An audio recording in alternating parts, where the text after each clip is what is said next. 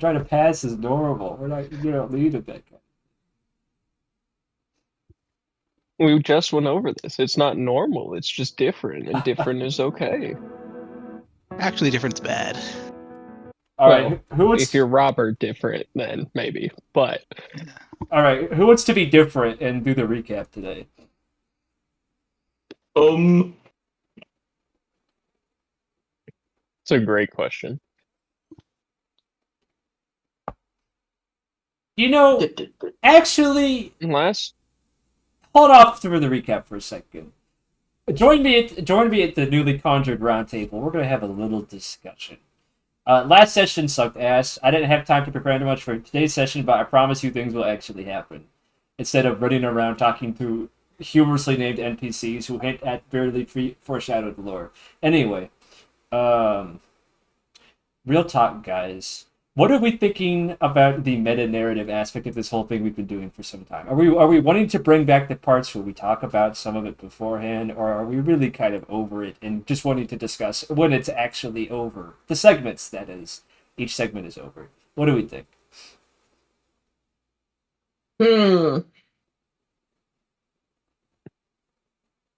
It's hard to ask me because I have unfair just predisposition by nature of you have to give me like a hint or two to run my campaign. And the reason that I ask this, if it helps you come up with an answer, is because previously our recap was, seated in the framing device of, okay, our librarians are going back over the material together collectively before they convene once again to study it. But now we've just been kind of like, oh, we don't learn anything new every session. Do we really have to do that? But now we're just ripping the recap raw, and that's not right. It ain't right. I'm fine with going back to the how do you say it? The Wanderer's Archives. The framing device. Yeah. I'm fine with going back to the framing device personally. Doth anyone else have a say? I'm fine going back. I'm fine going back too. Okay. It's like a pit stop. Yeah. Okay. Red, do you have an opinion? I'm fine with whatever. I don't have a strong opinion on either which way. Sorry, I was talking to my cat. I had muted myself. That's okay. That's a perfectly normal thing to do. She's feeling sick. I was trying to see if she was feeling okay by talking to her. That's very respectful of you. I'm sure she's very appreciative. Yes. I bet she feels very appreciated. But yeah, I mean, I enjoy either way. I don't know that it changes much besides giving it the frame for the recap. But... And that's a valid criticism, because originally I kind of, okay, we're spending 5 minutes for me to talk in a funny voice and for you to pretend like you're giving a recap in character. But if we like it, we can bring it back. If we don't care for it, we can, put it off, is what I'm asking. The thing about giving a recap in character is we don't really have characters. And that's another part, too. So, maybe say we don't do it. Maybe just say, hey, Gabe, let's do the thing again where you jump scares for the recap, like we used to do in the golden days. And I say, okay, maybe we can do that. I don't know. What do we want? What do we think? We'll also voice the counter argument a little bit of doing the recap from the library perspective, at least helps me kind of remember or focus on some of the bigger picture stuff. Yeah, which was that I feel I sometimes forget. Sort of the intention for that as well, but also I have no problem letting you forget, because then it's more fun when it comes back up. All right. What do you think of something like this then? Where we only give the recap through the context of the Wanderer's Archives when we have it's like you don't tell us specifically when if we learned something, but in the last session something was learned that relates to the meta narrative, kind of like how Outer Wilds will tell you that either there's something more to explore here or there is something here to look at and examine. Oh, I wish I had prepared the slideshow then. But that's an excellent idea. I do like that. I do like that because I can say, oh, this is like your curator. The person, the weird non-person who is presenting you with these books. You're like, oh, guys, this one's highlighted in yellow Sharpie. Maybe we should pay attention. I don't know. An interesting thought, but that presents a separate issue where we have it sometimes and not all the time. So, in terms of like how fun it is to actually do the recap, because that's what part of this is. When back in the golden days when we were like, oh, what is the recap coming? Oh, we like the recap surprise. And now it's like, okay, Gabe is asking us to do a recap, and oh, I guess I'll do it. Oh no, it's my turn, I guess. Blah blah blah. I will say I'm a big fan of the recap surprise. The recap surprise. Okay. Well, I like the ideas that have been presented here, specifically the one where if anything pertinent comes up, we can sort of zoom back out, which might be helpful on your guys' end because part of the intention, and since I have this open, let me just pull this up. If you will direct your attention to the window where I'm sharing my screen, I don't know if anyone remembers this because it's been literally some time since it was relevant. But I have a whole recap slideshow here that you can even oh my god, there's fast travel. You can click through it. Oh shit, that's right. Oh my god, it has been some time. Spark notes of everything you need to know for the meta narrative, actually. And there's a free space for people to edit as they desire. Holy shit. Hey, this was Robert's. Wait, the one Robert did was narratively relevant? Extremely so? How shocking! No, that can't be. This might disappear, actually. We'll talk about Blades in the Dark later. Oh wow, you click this? Back to the archives? Yeah. So, some thought to chew on there. For today, I think, let us just do the jump scare. And I will select one of you as per, and then you could all twiddle your thumbs in fear in dread of having to awkwardly present a series of nothing events to your friends on a Discord call. I will say my takeaway is encouragement of bringing back the library in at least some capacity, since I am aware that it's a feature, not a bug, that I miss some of the things that should be obvious as part of the overarching story. Well, the problem that kind of came when we conceptualized this was it's absolutely ridiculous to expect you to remember things that span longer than a college semester. We could barely study for a college exam, but this shit's been going on for a year at this point. So it's absolutely ridiculous to expect you to remember everything. So that's why this exists. Well, because I feel like I remember a lot of the big picture stuff from all of the arcs that we've done, but it's the little details that are the important things that overlap. And those are the things that I know I am forgetting. The little details are not so much relevant. I mean, they are. As long as you catch everything that's in our handy-dandy little slideshow here, that's all you need to know.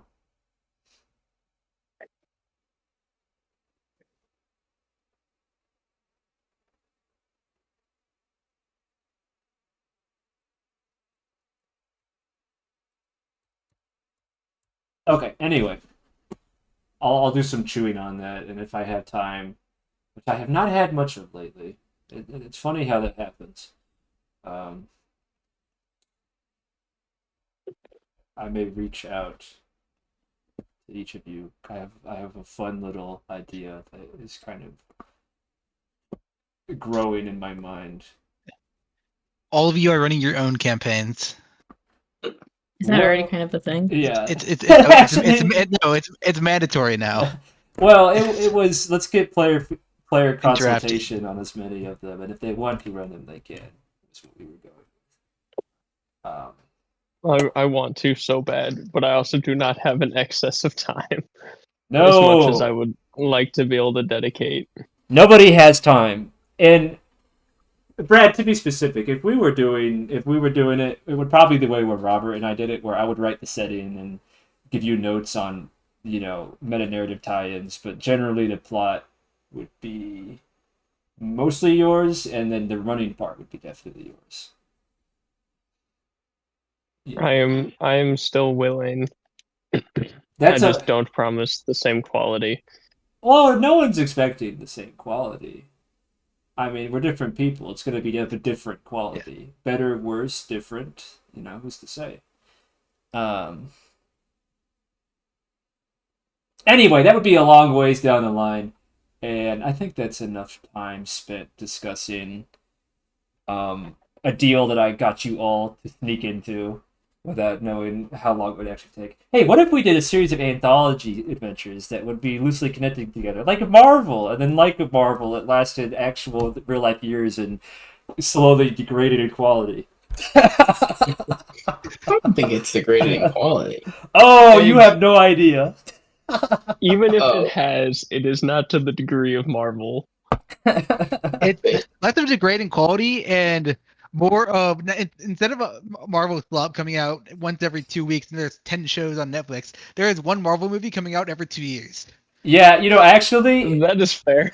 I think it pertaining to me and my style particularly, there's not very often drops in quality, but there is a perpetual nightmare about pacing and going over schedule. Anyway. That's enough self-indulgence. What's the schedule? There is no schedule. Well, there was a schedule in which, these were all supposed to be short. The schedule is an illusion. I remember once when Gabe told me that each of these short stories would last 3 months. That was the concept, and that was also when we were on a single week schedule. Which, by the way, if we hadn't been doing bi-weekly, we'd be done with we would have been done with Shadowfall by now. I can say that very confidently, actually. But that's okay, because I've not had the time nor manpower to write. Anyway, it was supposed to be easier. Yeah, too. I don't know if weekly is sustainable. No. At this point in all of our very active, chaotic lives. Not for me, certainly. Not for you guys, probably as well. And also, definitely not for me. I remember part of this pitch was, it'll be so much easier to write short, self-contained adventures. But actually, it's more work because I have to come up with settings for each of them that tie into a meta-narrative in a meaningful and cryptic ways, which is actually harder because it's one giant story made of 8 stories instead of one long story. Anyway, that's enough self-indulgent meta-narrative discussion. Let's get actually back into what we all gathered here for today, which was to play the damn game and not listen to Gabe talk about the finer points of ruining your D&D campaign in as many ways as possible. If that's what you think we're here for, then okay. That's what the after show podcast is about. The many fun and meaningful ways. It's just you and Robert. Well, it's not always just me and Robert. Sometimes we get a rotating door of people who have nothing better to do and stick around after.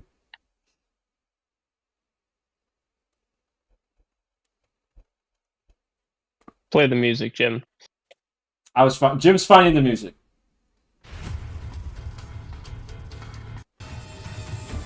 Okay. Last we left off, your party, collectively, and I believe a basilisk named Spewart, and of course everyone's good friend, Paarthurnon, and the much beloved cleric Godfrey, had gathered outside of a magic shop on the lower levels of Ruirn. Now, if you'll please direct your attention back to Owlbear, I would be glad to show you exactly where you are. So if you'll remember, that purple isn't very visible. If you'll remember, Ruirn is a city built on a cliffside, which you can kind of see. That's where your tokens are now. And then above that are the floating islands. So you would be like, somebody was in an owlbear! Ha! Penis crab. I don't remember who you are, but I'm aware of your. I've seen you now. There's only one person here who puts penis in their name. I will mark you as tardy. No, please. My perfect record. Let's go on your permanent record, bitch. I would Okay. never forget to join Owlbear until Gabe says, as you can see in the Owlbear, and I go, oh shit, I can't see it in the Owlbear. If you would direct your attention to the virtual classroom that I know you guys aren't in, because you got your damn iPads out playing Brawl Stars or Clash of Clans or some shit. You have no proof of these things. I Can't say. definitely proof because all my classmates fucking do it. Anyway. I'm Yeah. playing Whipkins, bro. Your future eye doctors are out in school playing Clash of Clans during lecture. I hope you know that. Personally, I wouldn't have it any other way. That instills confidence. Actually, our future eye doctors are the chat bots that they're using to pass their homework. Yeah, personally, I would have it any other way. Okay. You guys are here on the ground level, cliffside, about to enter a magic shop. You had just slain some of our favorite poorly implemented plot devices, the constructs, which are seemingly being corrupted by some kind of smoke. Outside the magic shop, things have become quiet enough after you dispatched about 5 or 6 of these constructs for you to enter. The magic shop is of simple construction, stone and mortar. The windows are locked, so is the door. But through these sort of dark windows, between slits of curtains, you can make out glittering wares inside. What's our plan to breach this shop?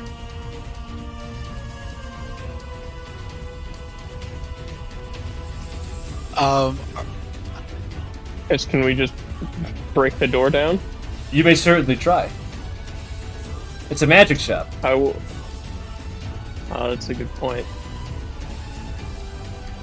Well, hold on. Like, what is the? You said we're not we're not in the uppity part of town. Like we're in the poorer part. Does this magic shop look like nice, or is it matching with the rest of the aesthetic of the I don't know what to call this place. Not the lower cliffside area, the main city. Yeah, so that's an excellent question. Previously, you were in a part of the town which is literally in the shadow of the Sky Islands. There was a name for it, but I struck that out of my notes when I deleted the part of the session that I didn't like. So we're gonna come up with we're gonna call this the Umbra District, which in particular. Oh, it was Umbrasil, I think. Something like that. Umbrasil is the name of a dragon from a Critical Role campaign, but Umbra was definitely in the name. Let's call it the Umbral District. Anyway, within the Umbral District, things are bad. Because you're literally in the shadow of the Skylands, it's a symbol of power, but also because no one wants to live in this place, and it's poor and it's dark all the time. That is a thing that you, Asterius, but also that our good friend Reyna would know. This magic shop is of shady appearance, both because it's an actual shadow, and because it's very common, you think, Asterius, for these things to sell magic items second-hand. And by second-hand, I mean a red kind of hand, if you're catching what I'm saying.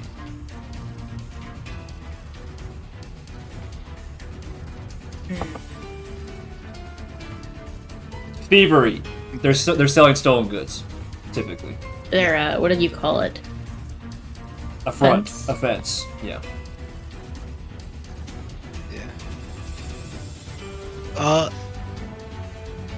I don't know whether I expect at least thieving traps inside. I don't know whether if there would be sophisticated magical traps in a shop of this quality. I mean, we can definitely find out. Yeah, I don't. Do we have anyone in here that's good at detecting traps or finding them? I mean, my perception is high. Yeah, anyone with a good perception skill? I also have good perception. And I do can as cast well. detect magic. Detect That magic. helps. This, depending on how you go about this, I could say Detect magic. this would be perception or I'm investigation. perceptive and I can detect magic. Either or. Perception or investigation. I think would be appropriate. Can I do guidance? Oh wait, no, I have bad perception. You absolutely may I thought it cast was plus guidance, 8. but I need to know who you're guiding, because that means I'm gonna. that someone's going to have to make the check. Can I guide I do have myself? a +6 on perception, but if you guys are doing it, then go for it. I have a +8. Just keep in mind, Cole, guidance is concentration. You can only have it on one creature at a time. Yeah. Okay. What are we perceiving? What are we looking for? We're looking for traps, right? Of the magical variety, Of the Or of magical any variety? or Or the mundane just traps of any kind. At the door, at the windows, are you doing a full scan? Give me a little bit of extra detail. Well, we'd probably just go through the front door, right?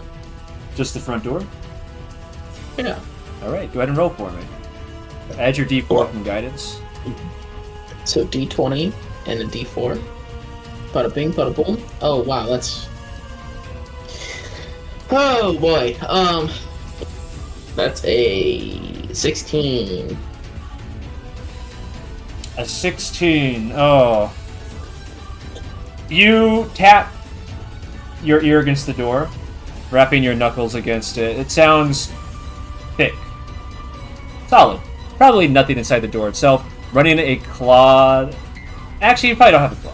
Like running a finger along the door frame. Tap, tap, tap. You can hear some kind of hollow space next to the latch. You reckon that this might be trapped on the latch?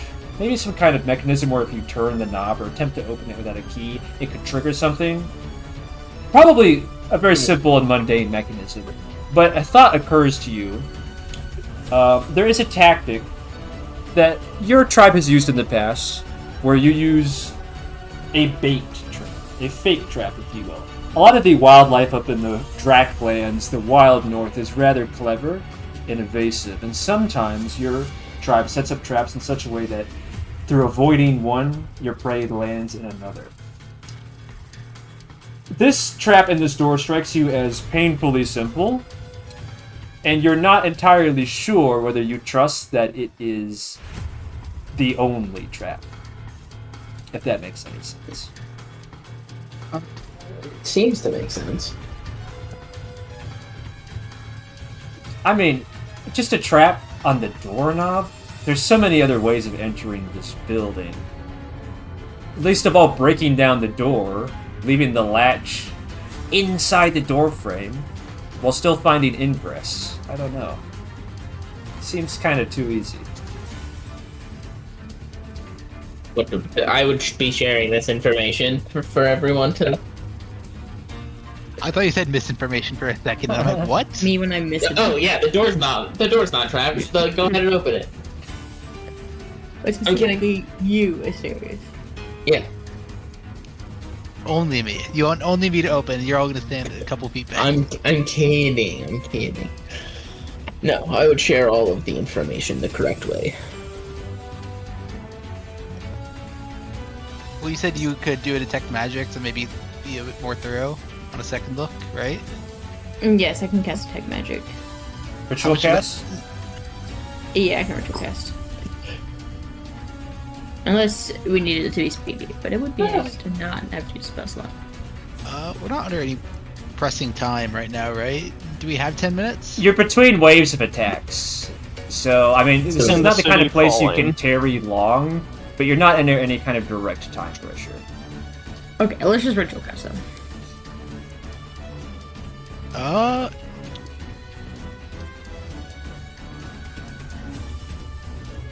We have those Unless I cores. think I should really cast it. We have those cores. How many cores did we harvest for spell slots? I want to say 3. Does that sound right, Brad? Sorry, which ones? Sorry.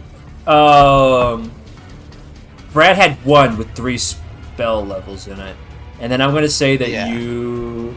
I know I had a number last session, but let's just say... Fuck me. 4. 4 orbs of varying spell levels. All right. Is Can we give 1 level to Reyna? We can just charge a detect magic quickly, so we don't take a risk here. Absolutely, you can. Detect magic is a first level spell. Yeah. Yeah. All right. Oh, you've consumed one of the 4 orbs. How tragic. Magic. All right, Reyna. Within,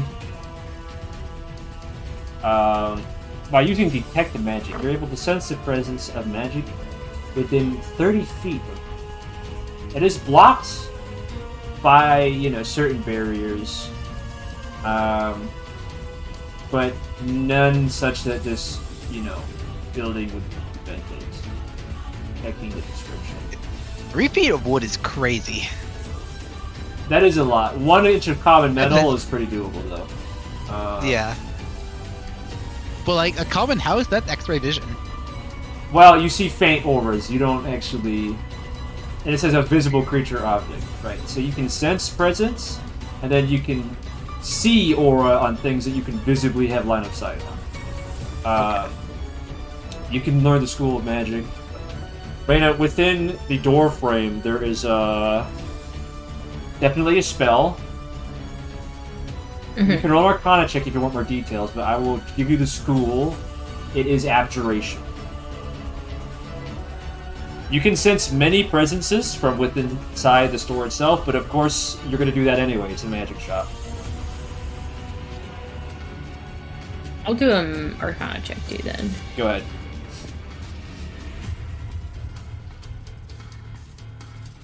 I got a 9. A 9. You think it's an alarm spell. No, it makes sense. Do we care about an alarm spell? I mean, if someone shows up, they see that we're here not attacking the city, and we can make a case that we're there to help. No, they see that we're looting.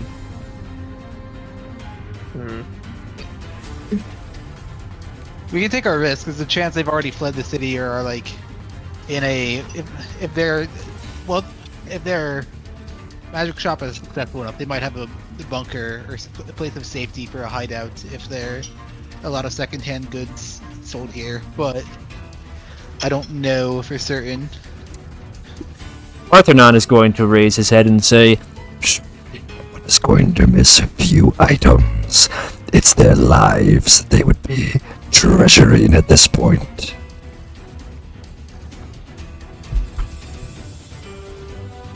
Honestly, I kind of agree with Paarthurnon. Finally. In that case, I'm fine with that. I was going to go on a spiel about how I would, but I just committed to not trying to threaten or sacrifice people. But if you're chill with it, yeah, let's go for it. I'm not trying to sacrifice or threaten people. We were looking for this magic shop. Remind me the exact reason. Oh, well, if you want to ponder the exact reason, that might invite a recap, so... Wait, but I'm the one asking the question. You wanted to find a way to get up to the Sky Islands without getting shot down by magic missiles. Right, we were looking for invisibility potions. Or something of the nature. That is correct, I believe. Yeah, I think it's worth us going in. They're gonna see Reyna if they're in there, and that gives us a lot of leverage. Pretty intimidating. Well, I meant you're kind of the people's hero. That's also true. Depends on who they are. I'm either their hero or I'm intimidated. Alright, who's... Hope you're their hero. What's the plan for getting the door to, quote-unquote, open?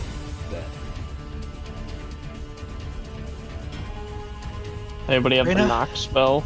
Or That'd be hand? a knock spell would deal weight here. The knock. We could just push it.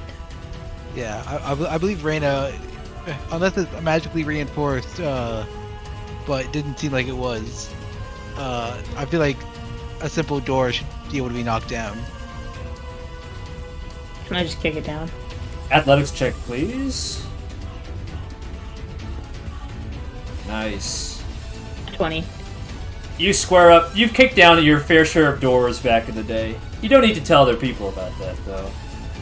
As everyone watches Reyna, it looks like a practiced motion as she raises an iron boot and then slams it squarely in between the hinges so that the door basically flies backwards. With little, defend... What's it called? The door doesn't even bother to defend itself. It flies off the hinges. Promptly, an alarm starts going off. You know the sound. No one appears to be inside. Who's leading the charge inside? Probably the person with Detect Magic up. Reyna? Sure. I guess I'm the leader. I remember when Doesn't look like inside. Reyna kicked the grandma's door open in Tenme Mori. I have never done that. Reyna, as you charge into the magic shop, you're overwhelmed with a sensation quite familiar as a recap makes itself known to you. Oh, No.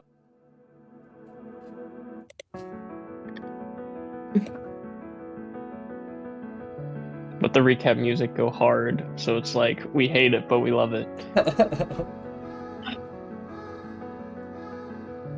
We started with us going to Ruirn, no? Where did we start exactly? Yeah, as at your arrival, pretty much.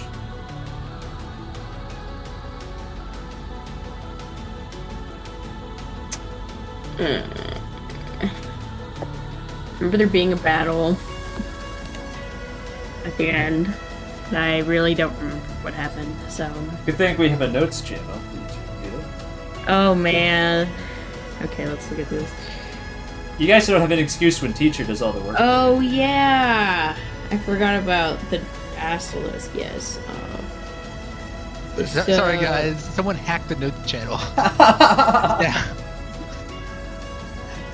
So we got to Ruirn, and we went to the bar, and we found this basilisk, and we were really testing him, and he seems to he's defected from the Nemesis.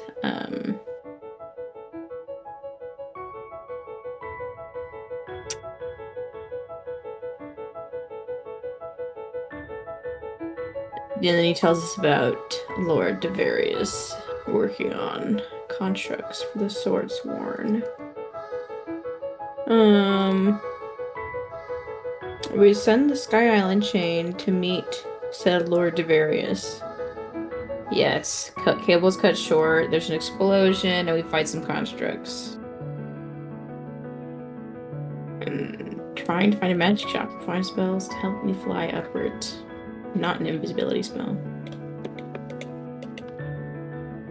Well, we have the fly capability, it's the safety. It says in the notes, though. I guess help us fly upwards by making it safe. Yeah, you know, the notes are skeletal. It's up to you to kind of fill in the details. Hopefully, because you were there, you remember it. Not always. Alright, I think that's really it, actually. Not very much happened last session, which, as I said, kind of sucked. So we're going to get things moving so things can happen today.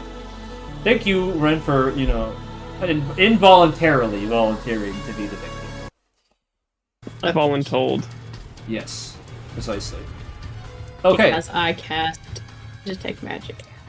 As your senses clear, Reyna, you get a sense of the magic shop around you. There are shelves lined with tomes, items, scrolls of many kinds, mostly stolen probably, and there's a back room as well. There appear to be no people inside, and the alarm spell itself does not appear to trigger any kind of secondary mechanism. It seems that perhaps Vulgan's draconic instincts might have been misguided. There appears to be no secondary trap, or if there is, no one's bothering to follow up on it. However, for those of you with a foot outside the door, it is clear to you that the alarm is loud enough to attract the attention of constructs overhead. You have very little time to get in and out with what you need without meeting some form of resistance. It's an interesting modification of the alarm spell. That's what I was thinking So- too. Yeah. Or would this be common for this world? I guess. Well, that was more Asteria speaking just directly, because obviously spells can be changed or whatever. But it's the thing about alarms is a silent alarm, and it notes it alerts the caster. You can choose whether the alarm is mental or auto. Yeah. Oh shit! Yeah. I didn't know that. For some reason I thought it was. I didn't know silent. that either. I did extend the range somewhat. It's only for 10 seconds within 60 feet, but you know. It's a modification. That's the point. I'm like, an interesting modification, but we gotta hurry. If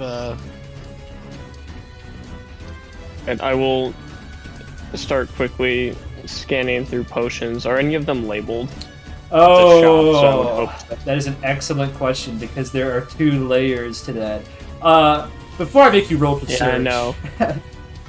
The thought occurs to you as you the way that a mom goes through a clearance rack at TJ Maxx. You're just kind of skimming these labels looking for something good, and it strikes you that if this is truly a fence, there's a good chance these are not what they say they are.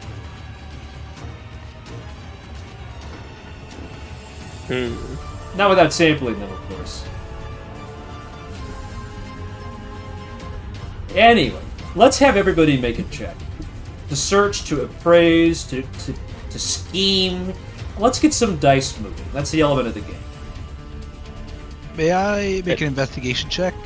I'd like to check for any hidden compartments or anything high grade they would keep hidden around. Oh, you absolutely may.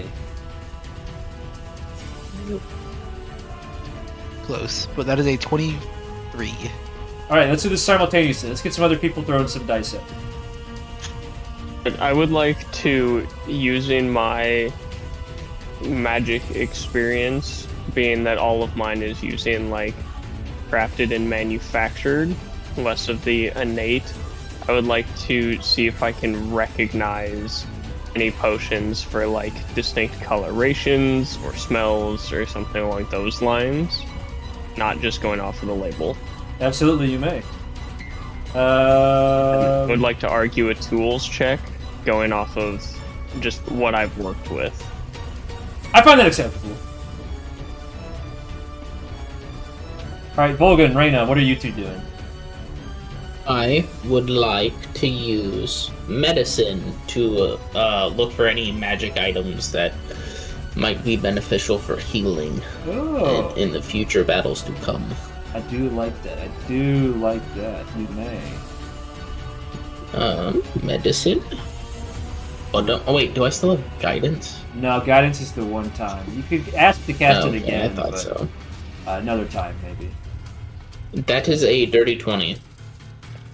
Who just rolled a 4? I did. Just fuck Sad virtual grab. dice. Reyna, Oh. what do we do? Can I apply history as a knowledge of architecture for maybe a hidden spot? Yeah, you may.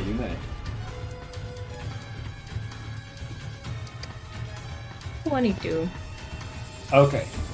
Let's go down the line. We did 27 to 22, a dirty 20, and then 4 plus what modifier, Brad? I'm trying to clarify. Should be +8, so 12.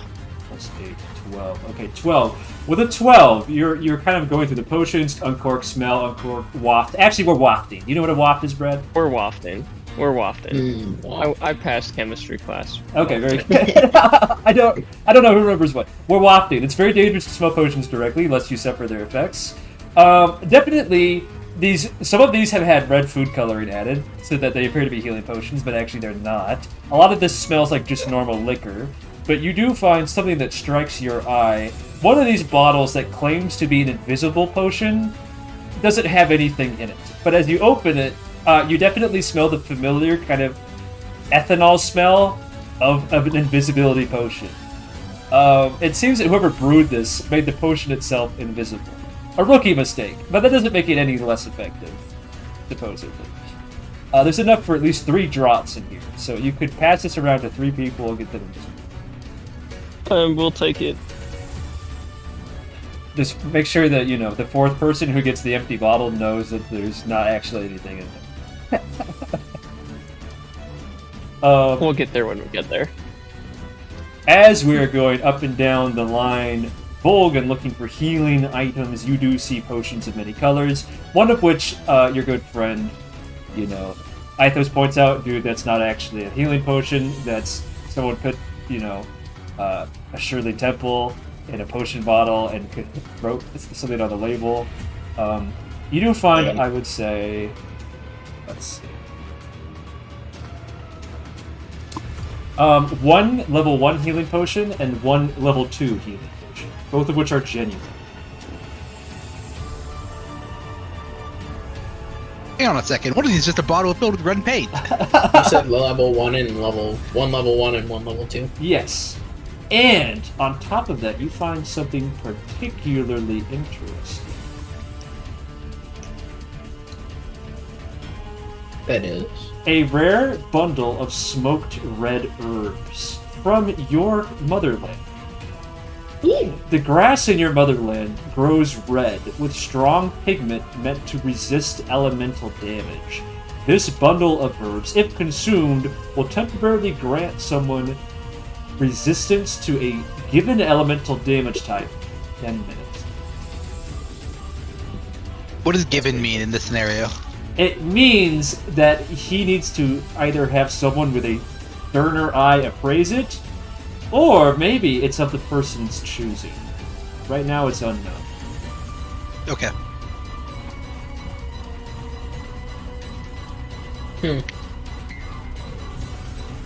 Reyna, you pass your hands over the desk in the register with old practiced familiarity. You've done this many times. You dig through the desk drawers.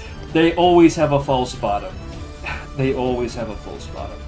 You push Always. Always. You push some of the documents aside, lift up the false bottom, and you find a rather large, conspicuous iron key. Simultaneously to the time that Asterius wanders to the back of the store, into the back room, and finds a suspicious-looking door. It's not of the kind that attaches to hinges and swings outwards and inwards. It's of the kind that is technically a shutter, moving up and rolling backwards as it enters a chamber that is probably about 10 by 10. Unfortunately... Like a garage door. Yes, exactly like a garage door. It appears to be locked. Asterius, you recognize the lock. It's a very silly kind of lock called a wizard's lock. Not a wizard in the sense of like a grand wise wizard, but of like a children's magic trick kind of wizard. Because the keys that go to these, it's never actually the tooth of the key that is used to unlock, but the handle itself. A simple puzzle that deters only the most lowly of bandits. But it means that the lock is unpickable. Okay. If only you had the key. If only we had the key. And it's unpickable? Yes. Unpickable. Because it's not actually locked. It's like a winch mechanism, which the handle of the key is used to wrench open. Yeah. Anyone find a key around here? I will look for a key. I can look for one. Let me perceive this key. Wait. Do you want to just let me roll for perception and give me advantage? Sure. Did I neglect to tell Reyna that she found a key in that drawer? Yes. Yes. Oh, shit. He said there was a hidden compartment at the bottom, and then Oh, You my didn't say what God. was in the compartment. and then Sorry, moved on to Reyna. tell me about the shutter. Sorry, Reyna. There's a I funny was looking key. also wondering. There's a funny looking key in the hidden compartment. My bad. I actually don't know how I Okay, forgot to mention I that. have a key! Yo! Oh my gosh, yo, the key. Yo, good job, Vulgan. You found it. Ah, Oh! Vulcan's like, Found it hey, in Reyna's Reyna's hand. holding it. I found it. Asterius. I'll take the key, if you don't mind. Hand it to Asterius. And I'll insert the handle into the lock. You grab the teeth of the key for leverage and you twist using your wrist. The shutter door is heavy. You may need some help. Randy, you want to help me out with this? Yeah, I'm the big strong one. I help him out.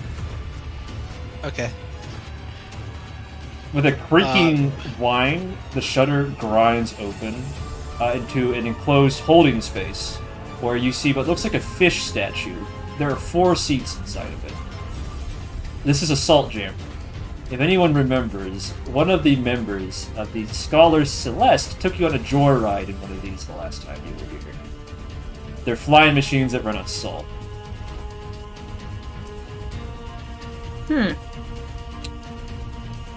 Reyna, you recognize that this is a very valuable piece to be held in a place like this. Question for Gabe. Yes. Would I be able to, utilizing the core that I got, modify the shield spell to be more of a AoE shield? Well, I reckon you would need a vessel of some kind, but I think that would, with the proper series of checks. Could we make a force field around this car and take it to the sky? There are only 4 seats. How many of us? Well, there's you 4, there's Godfrey, there's Paarthurnon, and there's Spew. And your horses, I guess, as well.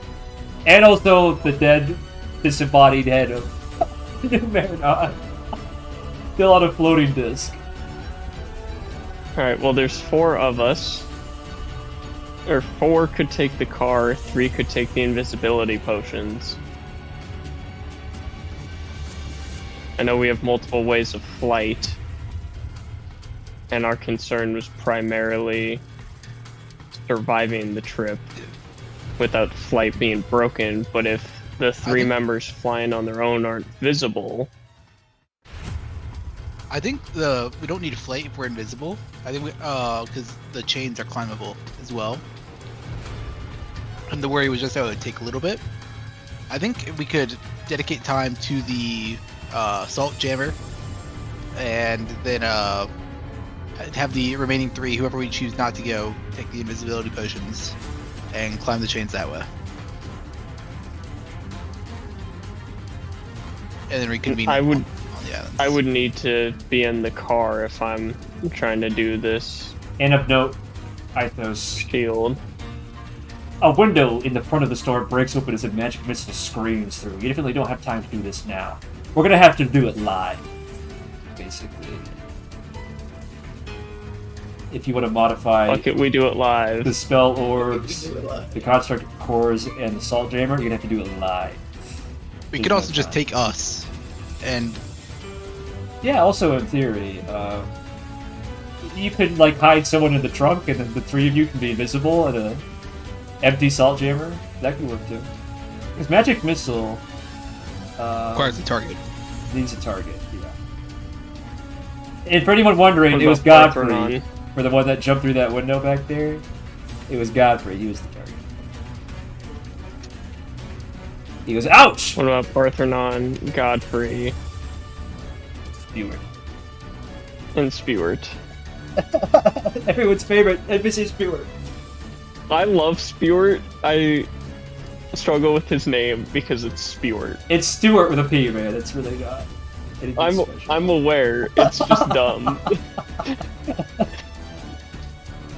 Listen, he's a god-given Draconic name. He picked this human one. And it's well known that people who pick their own names usually do a bad job.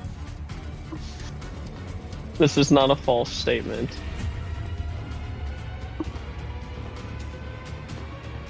Alright. Okay, judgment call. Do we just start? Do we take the car and leave and just start moving and modify it on the fly? I think so. All right, who's in the car? Me. Are we all going, or? Oh, we could. I thought you guys would hesitate more to leave Paarthurnon, Godfrey, and Spear behind. Let's also not forget Numeron's disembodied head, which is a plot device. Yeah, I don't know if leaving them is the best move. Well, I could stay. How about well, it's not staying. I'm not exactly stealthy. Yes, well, sticking with those ones. We got 4 seats and we got 3 visibility drinks. Yeah. What's the plan? How about Reyna? I don't think I should be invisible. So I guess yes, I should go on the contraption because I'm not stealthy. So even with the invisibility, like my armor's gonna be jingling around. Well, my concern is I'm not gonna be able to climb the chains at all. Godfrey steps I mean, I forward. can try. I will climb the chains, says Godfrey. Okay. We need at least one of us. I'd say. Vulgan is the best other suit for the chains, and then it'd be you and me taking Paarthurnon in the car. Do we like the sound of being 100 feet in the air with a Paarthurnon in the passenger seat? Sounds good. No, but how many options do we have? I'm just raising that. That's all. All right. So how about Reyna, me, Ithos, Paarthurnon in the car, and then Vulgan, Godfrey, and Spewart climbing the chains. Who's taking Davarius' disembodied head? Can we put it in the trunk? It's quite a large head. I think we have established previously that. Oh, actually, we could put a human in the trunk. We could probably put a disembodied, crystallized head in the trunk. We could also have Godfrey's troops since they don't have enough for invisibility potions. We could have them take it out of the city. You took no Somewhere troops else. with you, actually. Just the horses. Oh, we did. Oh, that's right. That's right. Yeah, we can put it in the trunk then. I guess you could tie it to a horse and slap it on the ass and see. You know, they're like Find it homing later. pigeons. They're like homing I don't pigeons. know if that's the move. You just want to fit his disembodied head in the trunk. Yeah, and then It's not like I we're gonna get guess. pulled over. True. What's the worst that happens? Okay. It is when you are all gathered in the garage making this plan that one of you realizes you don't have the ignition for the Saltjammer. Someone's gonna have to hotwire. I can hotwire it. I Hey, have Mr. the Mechanic, tools for yo. the job. I am a mechanic. Oh yeah. I'm not even gonna make you roll for it, actually. Okay, good. Just let me hotwire the car. But I do want to tell people behind the Saltjammer that when the trunk opens, you find about 8 pairs of bloody shoes in there. Oh?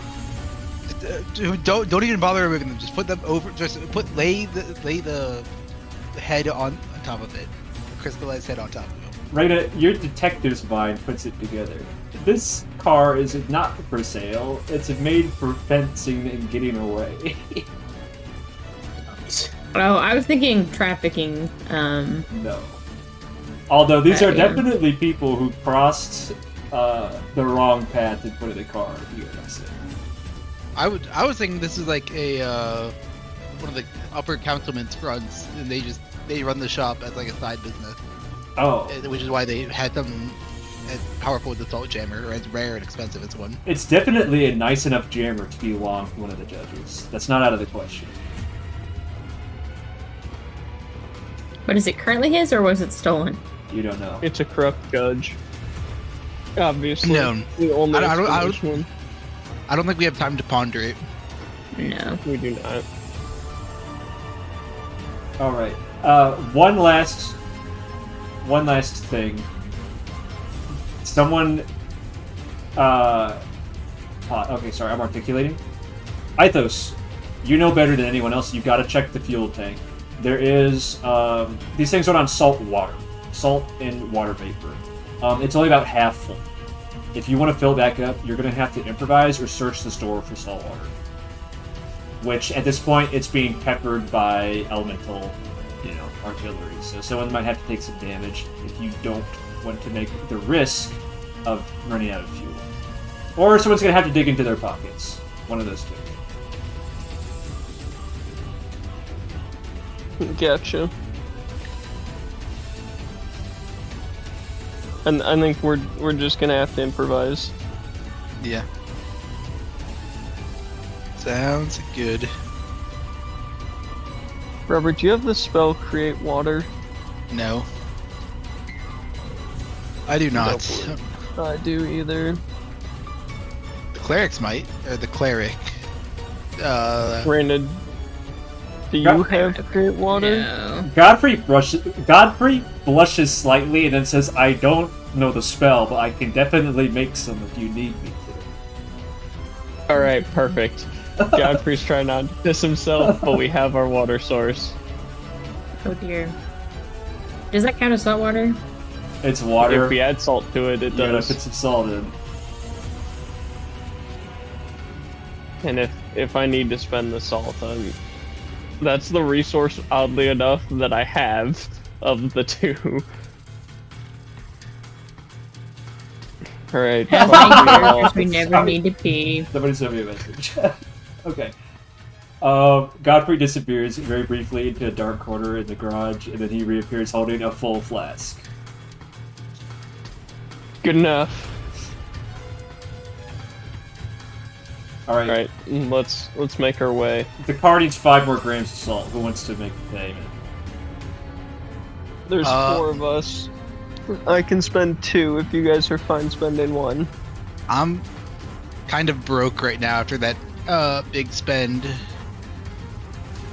I could spare salt. I have both. I can take a salt out of the party's fund. How much does Cole and or Vulgan and Reyna have? Actually, isn't this what the party funds exists for? How much is in the party funds? 20 grams.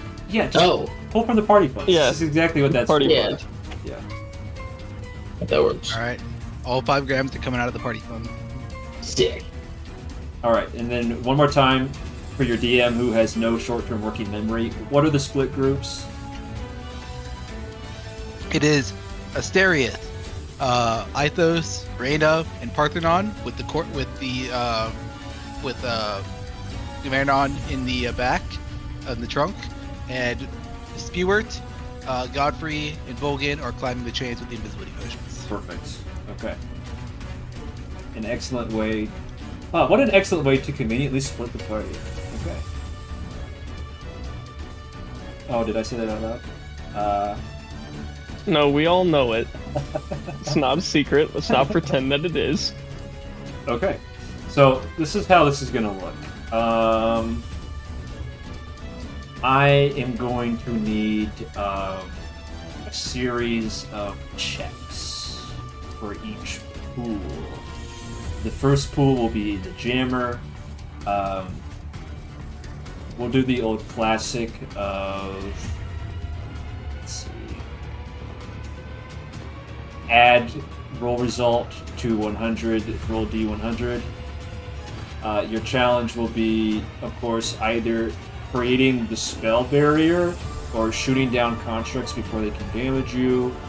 And then for the other group who is climbing the chains, we'll have a pool of either maintaining concentration or physically climbing the chains. Does that sound good? Actually, the other And group is just 2 is Cole. taking the I was gonna say, invisibility it's just potions, Cole. right? Probably, Yes. So we'll just have Cole complete a series of athletics checks or whatever he desires to do with the climbing. And for you in particular, Cole, your concern is time. The first group and the jammer is going to have no problem making it to the next Sky Island in a timely fashion, but their risk is much greater. For you, your concern is getting there by the time they do, assuming they're not overwhelmed or don't get distracted by something. And vice versa, you don't want to be caught alone in the open. Also, above table to Cole, you are going to have Paarthurnon and Spewert with you. Utilize them if you can. Yeah. Keep in mind that you both... The three of you share some Draconic heritage. That may also create an opportunity or some friction. So... Is Paarthurnon still in his, disguised form? He's Or is pretending he to in be a dragon human form? still. Yeah. He briefly had transformed back into a dragon because you guys needed him to fly, but once you got back on foot, he turned back into a person. Well, now that we're climbing, it seems like a benefit for him to be not human-shaped. A benefit to who? To all of us. Are you He sure? can climb faster, and that brings all of us together faster. You're gonna be on his back? You think he's gonna go for that? If it's in his best interest, which it seems to be. He might need some convincing.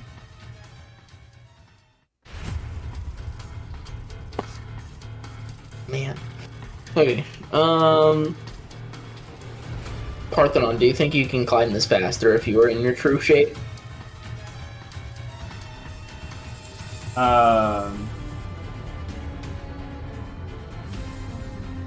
I'm formulating the Paarthurnon response. I'm typing this into chat GPT. Give me a second. Nice. Guys, ChatGPT just went down. If you're Give it a cancel session. if you're having me No. turn into a dragon, why not just have me fly? Oh, No. Why no? there's too many. Because we're gonna get targeted. I You think- want to be a fucking dragon when the place is getting attacked by fucking dragons? Yeah, exactly. We're gonna get targeted. You need to keep a low profile, and just climbing the chain is gonna attract a lot less attention than flying. If I Would be fly, invisible, though. we could get there faster. No concern for being separated.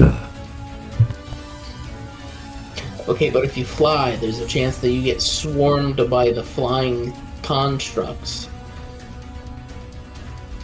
Which is a much larger problem than you just taking the extra time to climb. I will be fine. He puts emphasis on Okay. I. Yeah, exactly. I'm just, if the party, or if that trio's invisible, how bad of an idea is it? Mythos would not say that. Mythos would not side with Paarthurnon if he didn't absolutely have to. I think Mythos sides with the side of practicality. Personally. Well, I would voice that to Vulgan, not to Paarthurnon. Like, obviously Paarthurnon would hear me, but I'm saying it to Vulgan. Make sure bro knows that you don't agree with him on principle, even if he's technically right. I don't like him, I don't agree with him, but also that's a good idea. Heartbreaking. Worst person you know just made a good point. Incredible. He's not the worst person I know. The worst person I know I killed already. Oh shit. And the second one's still alive. Well, Hey, I put Galdavax in a fucking coffin. Alright. Gallivax is bro's dad. You're thinking of Oh wait, no. yeah. The stone one. Razodrak. Grazzledrak. I put him fucking 7 feet under. 7 feet under. He So got it's that alright. Baker's dozen type bonus on there. The Baker's dozen type funeral. Baker's dozen type funeral. 13 reasons he's staying dead, bitch. Alright guys, what's the And verdict? 14 of them. Okay, if you fly, can you carry both of us? Absolutely.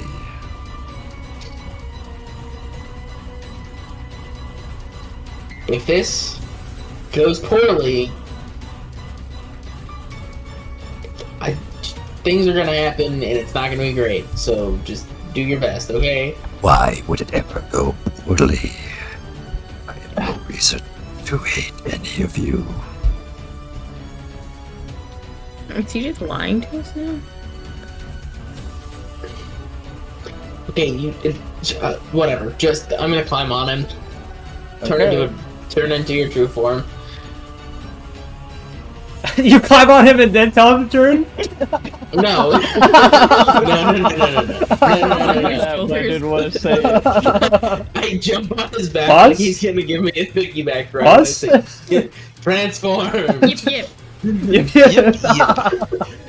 Yep. Alright, he transforms and then turns Onward. invisible. Actually, he transforms, you and Spewart climb on his back, and then Paarthurnon goes invisible. He's gone. Cool. You pass around the flask, and you're all invisible. Sick. I'm not letting go of whatever I'm holding until there is solid ground underneath me. Bro's climbing him, bro's holding him, bro's asking him to transform. Shut up! Shut up! And he ate him a botted dinner. Okay, he's eaten plenty of our fallen enemies, okay? It's like saying, oh, my dog's eating plenty of roadkill. Yeah, exactly. They love it. He loves it, he loves Especially the roadkill. Yeah. The roadkill loves it too. Okay, then I'm gonna leave what happens to the 3 invisible musketeers as a Oh secret boy. for now. we'll just do the rounds for the Jammer group, and Cole, I will privately message you about what happens to you. He flies off with me. I'm never gonna be seen again. That was the last we saw of Vulgan. Oh, fuck. Alright, everyone get in the car now. We're leaving this town. I'll get in the driver's seat. Okay. I will get in the passenger seat. Drunk.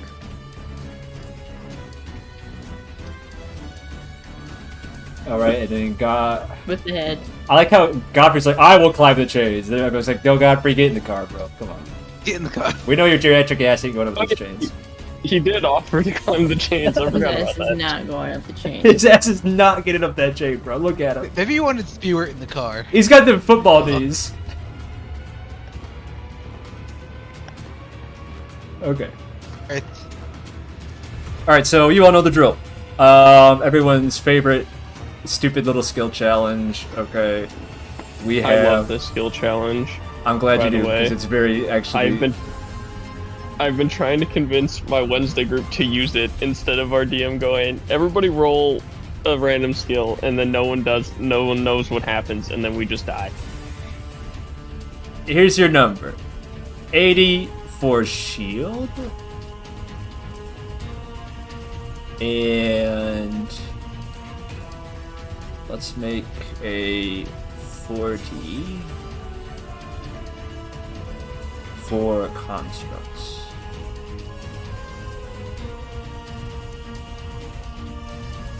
Alright. Hold on. I'm taking my laundry real quick, so you have to give me a minute to roll. But I would like to make a... Okay, pause. Actually, if you're doing your laundry, I'm gonna go to the bathroom, so we can just Okay. take a little No, break. I'm break. I'm just saying I'm talking remotely while emptying it. Oh, okay. Oh. Well, can I just go pee anyway? Actually. Yes. Yes. Hey, awesome! Let's go. Quick break. And break.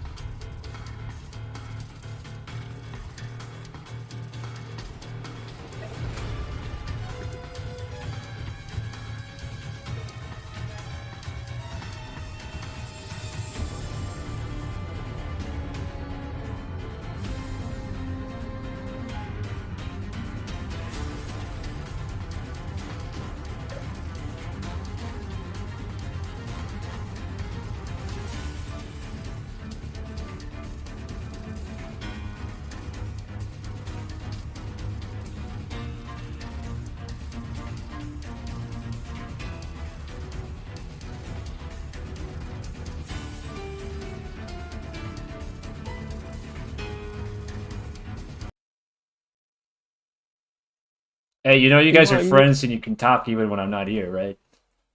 My immersion, my music. Is this a song I think it is? Ah, no, it's not. See, okay, You and Attack on Titan have the most dog-ass dog names of all time. they really do. And here's the other thing. You guys act like I'm psychotic because I don't know what's in my playlist, but things are getting copyright struck down a lot, so sometimes things are in my playlist and then suddenly they're not. How it be sometimes. Oh, here it is. Yeah, I always had a the way I did it is I just had in my session notes for anything that might happen or any character themes, I would list the song name and then have a link to it in the Google Doc, and then the playlist would be a separate thing. It's too late for me to change my whiz. Okay. True. We know how this works. You got 2 pools to add your die results to, and then we roll a d100. Whoever gets over, whichever you know how it works. We got shield. Yeah. We got constructs. Those are your 2 objective pools. All right. Could I make an Arcana or a History check? Or I guess maybe just a general intelligence check. I'm not sure what the role will be for this, but to drive and avoid and dodge any sights of drones. So evasive maneuvers would be a vehicle check. You don't have a vehicle. Actually, you do have a vehicle proficiency. We covered this actually. So this is an intelligence check plus proficiency. Okay. Fuck. That is a 11. And the 11, okay. So that gets us down to 69. Don't say it. Nice. Say what? 6, 7. Why did I do this in drawing? This is a terrible... This should have been text. Should have been text. Should have been an email. Should have been an Yes, email. let's make all of D&D an email chain. Let's return to our roots as forum role players. As if D&D wasn't slow enough already.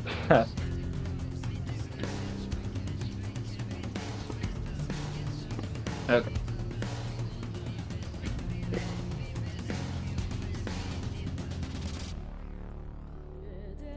I want to go next.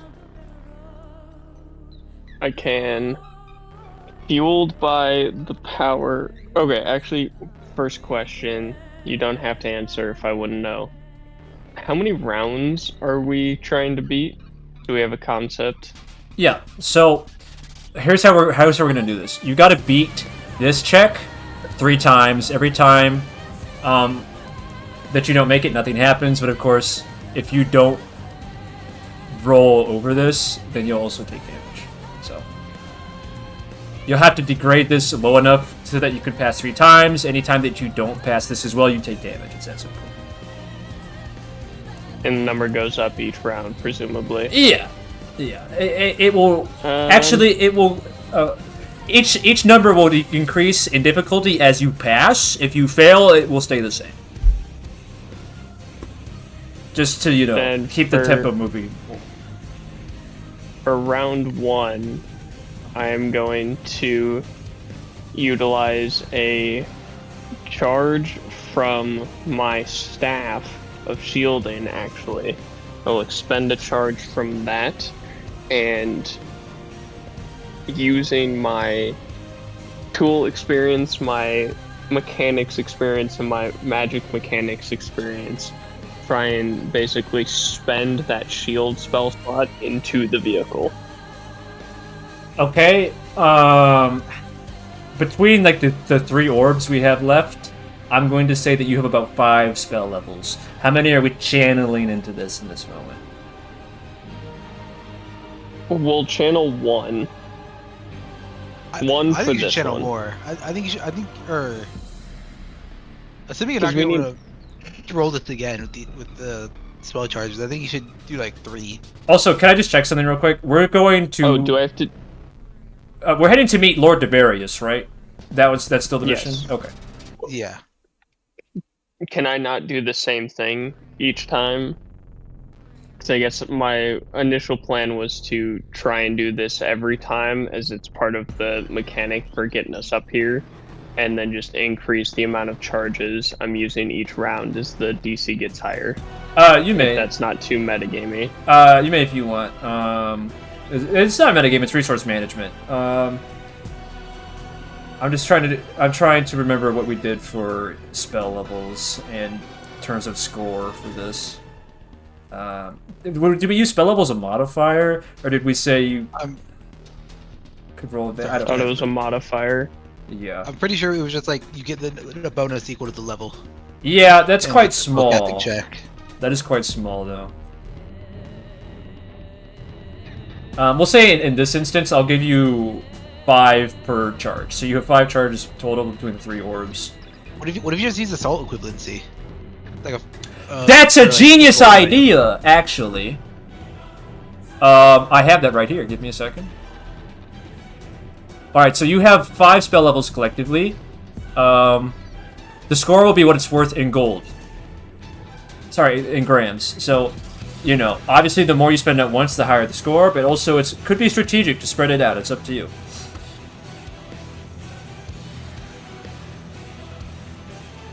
Does that make sense, Brad? Yeah. Does that seem fair? Yeah, it does. Okay. If I wanted to hold off on using the orbs, could I use a charge from my staff? Yes, we'll use the same equivalency. So as many staff charges as you have, we'll treat as spell levels in terms of salt grams. For score. Okay, Does that make I'll sense? spend 2 charges from the staff, and then I can use 2 cores and then 3 cores for round 2 and 3.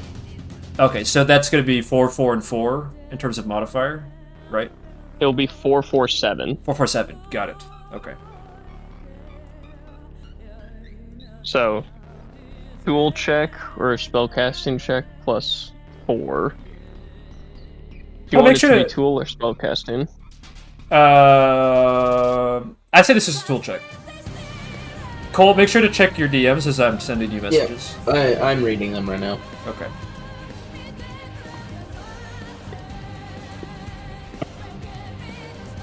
$26. 26. Excellent. That Total. becomes 43.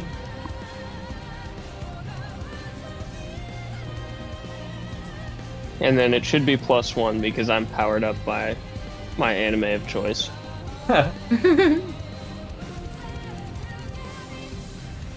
Alright, so Reyna, that leaves you. I really don't know. You could start I'm in the shooting. You're not I in the don't trunk. really shoot. The heads in the trunk. I They're don't just know, in the they- seat. okay, fine.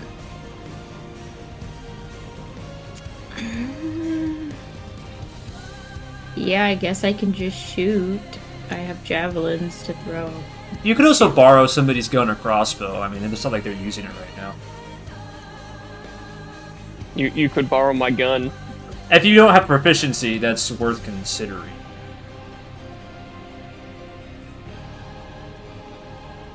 I still know how many javelins you have. We said it's like a functionally unlimited number, right? We're not really tracking javelins. It's got. I would say I wasn't tracking number Yeah. of javelins. No, we're not doing so that. This ain't that kind of. This ain't your I'll just grandpa's throw game. The javelin. Throw the javelin. Get that Gygaxian shit out of here. Alright, just make an attack roll. 14. 14. Okay. Who would like to do me the honors of rolling the D100? I think it should be Cole. No. Cole, are you thinking right Yeah. now before you send me a reply? Yes, I'm typing as we speak. Normally it gives me a Cole's typing message. I don't know why it's not. Or Robert, we could each do it one of the 3 rounds since there's 3 of us. I can do it first. I know I can go first. Well, there might be more than 3 rounds if you guys roll under. Just keep that in mind. We won't. Nope. Okay, One, we 3. will. Okay, so that's not a success this time, but we are going to bump this, fortunately. Okay, At least we didn't take damage. yeah. True.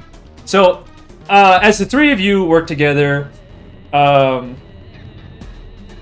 you know, you're working on your shield thing, Mythos, and you get it up briefly when it's intercepted, not by a magic missile, but by one of the bots, one of the constructs that Reyna javelins, slams into the shield and breaks it momentarily. Which unfortunately forces you, Asterius, to take extreme evasive maneuvers that involve you putting yourself out of, you know, the bird's flight straight path to where you're going. So, nothing quite happens, but you're not making progress. This routing is not optimal. What GPS are you following? God damn it! Turn left. How do you know what a GPS is? Because I designed them! It's not my fault this car's too old to have one.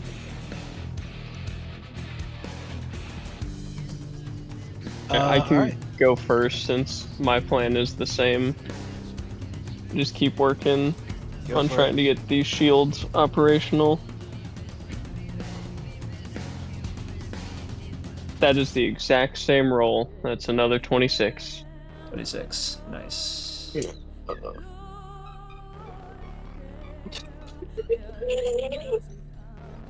Alright, can I make the same vehicle check, but this time to avoid constructs and get out of their path entirely? Yeah, but I mean, what matters more is the okay, the score that you're adding it to, which is now zeroed out. Okay, very nice.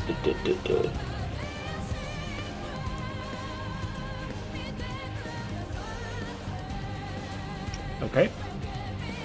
That leaves Reyna with only the construct score left to combat. You can just roll a javelin again.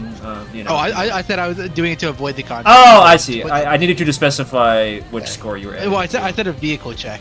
I said yeah. So I rolled. So sorry. Sorry. What was that plus modifier? The 29 total. Nice. Comes down to a 21.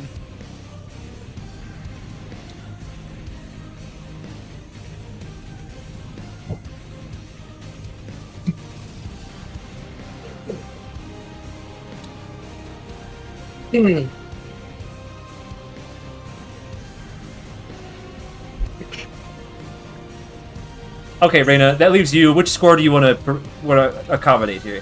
Do you want to just, take your chances and... Oh, Cole's rolling dice. How silly. Cole, you're not Reyna. I wonder what he's rolling for. Curious. Okay, Reyna, do you want to, try and zero out the shield score to make sure you make progress, or do you want to avoid taking damage? Excuse me. I think I will just throw another javelin at the constructs.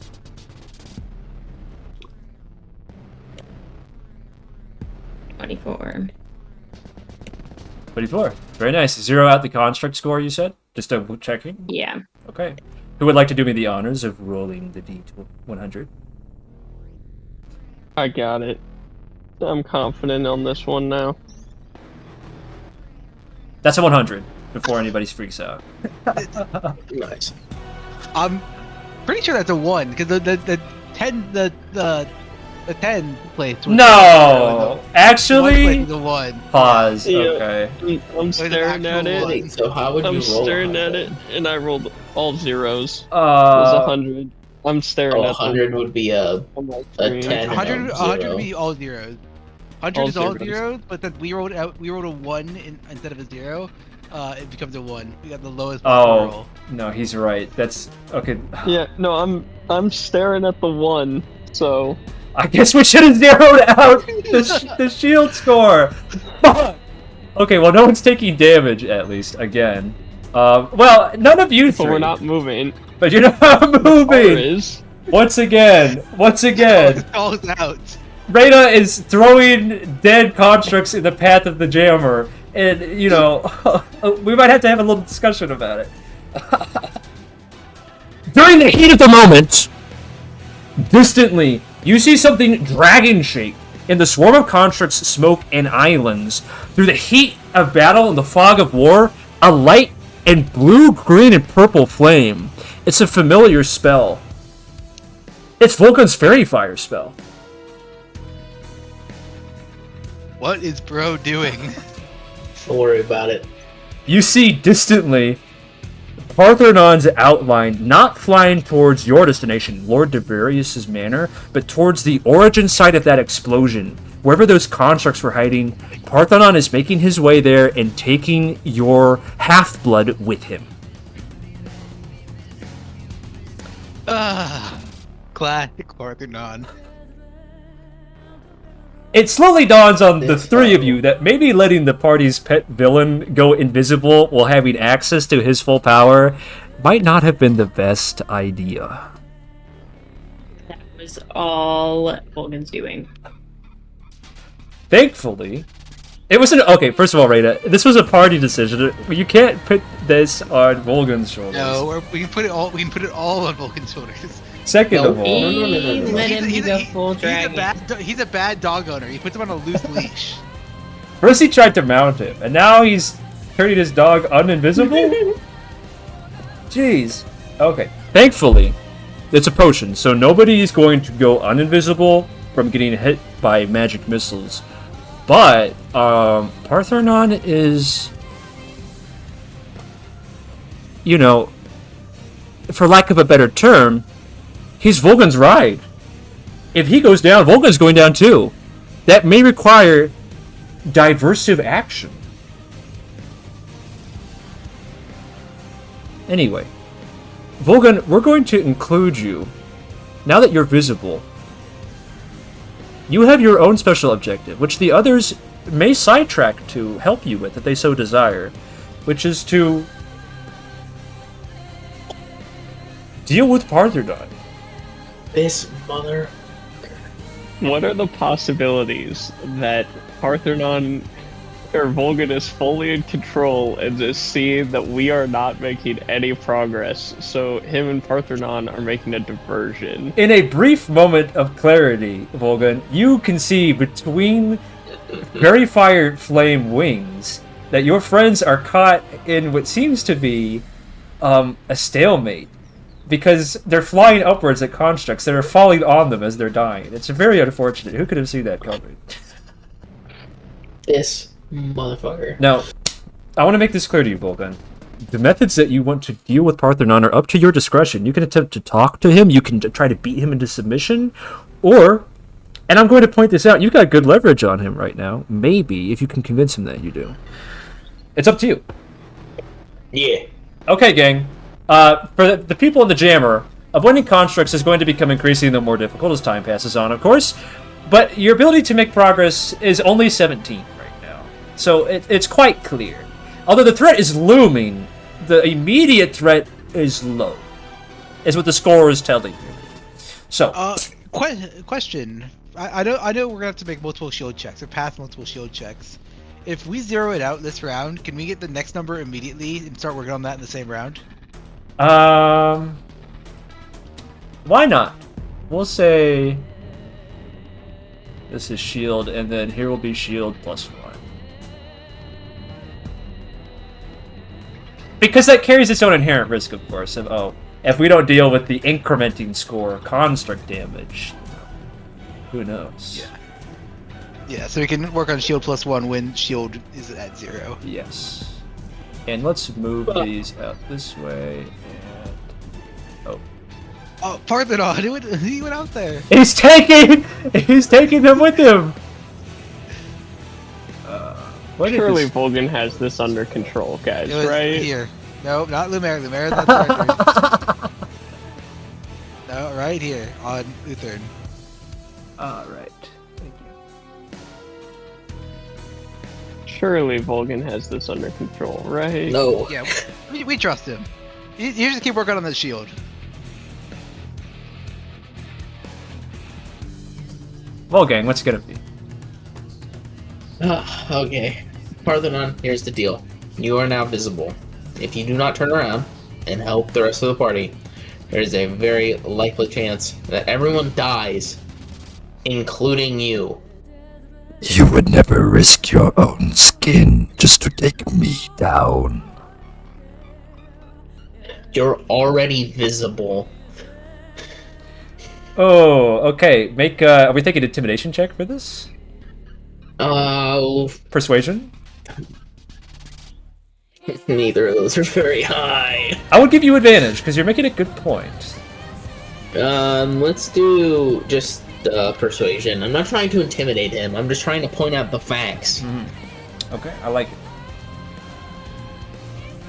Boom. Oh, he's going for that! 21. Oh, and next time, if you remember to cast guidance, it'll be even better. Oh, fuck. Yeah, you're right. He's concentrating. On fairy fire! That's Not true! He has an excuse! Not to be that guy. He has an but excuse. To be that guy. No, that's good because it makes Cole seem smart. Thank you, Brad. It makes Cole look smart. Oh, thank you. Thank you. I appreciate it. Okay, jammer group. What is the plan? How are we jamming? Jelly? I'm gonna keep working. Great. I'm gonna keep working. The tool check. Okay. What are we applying it to? Current shield. Current I guess. shield. And I won't spend salt curve because Okay. it's not gonna carry over. All right. Roll the dice and let's move the mice. That's gonna be a 0. That zeroes out shield. Okay, let's just drop this because we know that's not gonna be a problem. Guaranteed success on making progress? No. That leaves for 2 other people. Do we want to invest in the shield for the future, or do we want to deal with the construct damage, which is incrementing slowly? Or There we go. he's dealing with Paarthurnon important. Who knows? We could roll a 2 this time instead of a 1. You never know. I say we go 1 and 1. We just bing both of them off like a roll of an 80. What do you think, Reyna? Are we taking those odds? Reyna? Hello, Ren? And it's Hello? fucking dead. The Wrens, the Wren. What do we think, Reyna? What are we gonna do? Are we gonna go in all on the shield? Are we taking the damage? Are we going in on the construct? Easiest for me to just keep hitting constructs.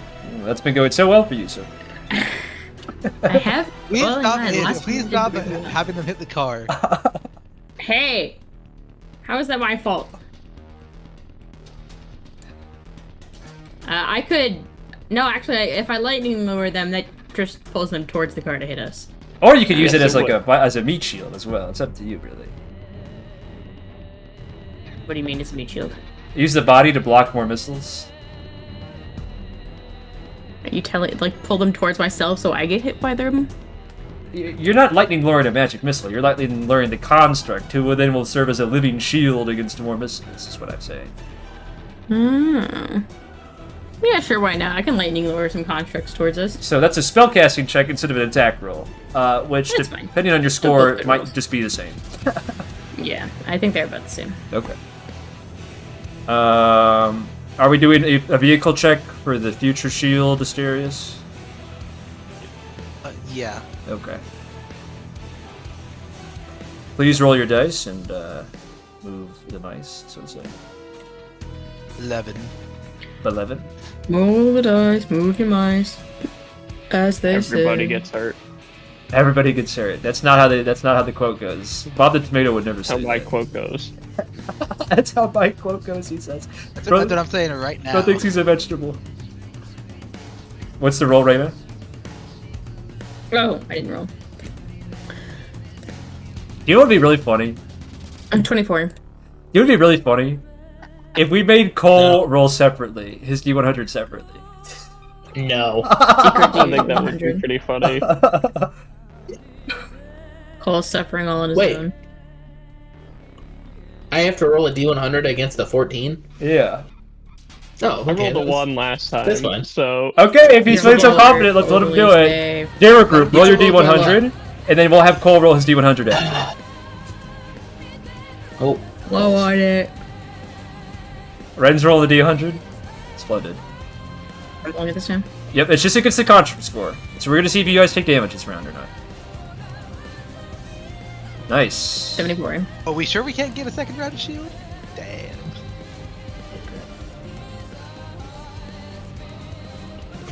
Cole, please roll your D100. nice. Nice. 80. Okay. Paarthurnon, turn your dumbass around. Okay. Everyone successfully performs their tasks as I've been describing them, and luckily Reyna makes the shift in tactics such that constructs are no longer falling on your shield, and you're able to maintain both evasive maneuvers and shield integrity. The sound of magic missiles ping against your windshield like rain on glass. It's almost deceptive how soft the sound is were it not so lethal. Cole. Vulgan, my friend. You have succeeded in stalling Paarthurnon. He is stopping midair and is talking to you openly. I have a score to settle. The one who waits for us here. I wish to confront her. How am I to know that you and yours won't stop me? We all have to survive first, brother.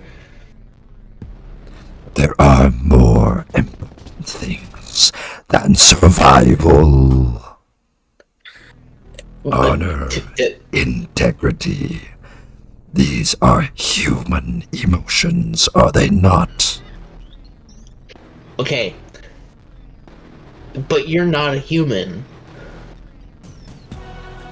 Neither What does it are matter? you. Correct. So I am able to somewhat relate in this. We need to survive first. Then we can fight whoever you want to fight. You make it sound like some small thing. Would you rather fight this person one-on-one, or would you rather fight them with a group of people who have proved themselves to be able to kill dragons? You know what I think? I think that I would be perfectly fine if I would watch you and end your concentration on this paltry spell. I think that you're concerned for your well-being, so how am I then to trust your word that you would help me in this task?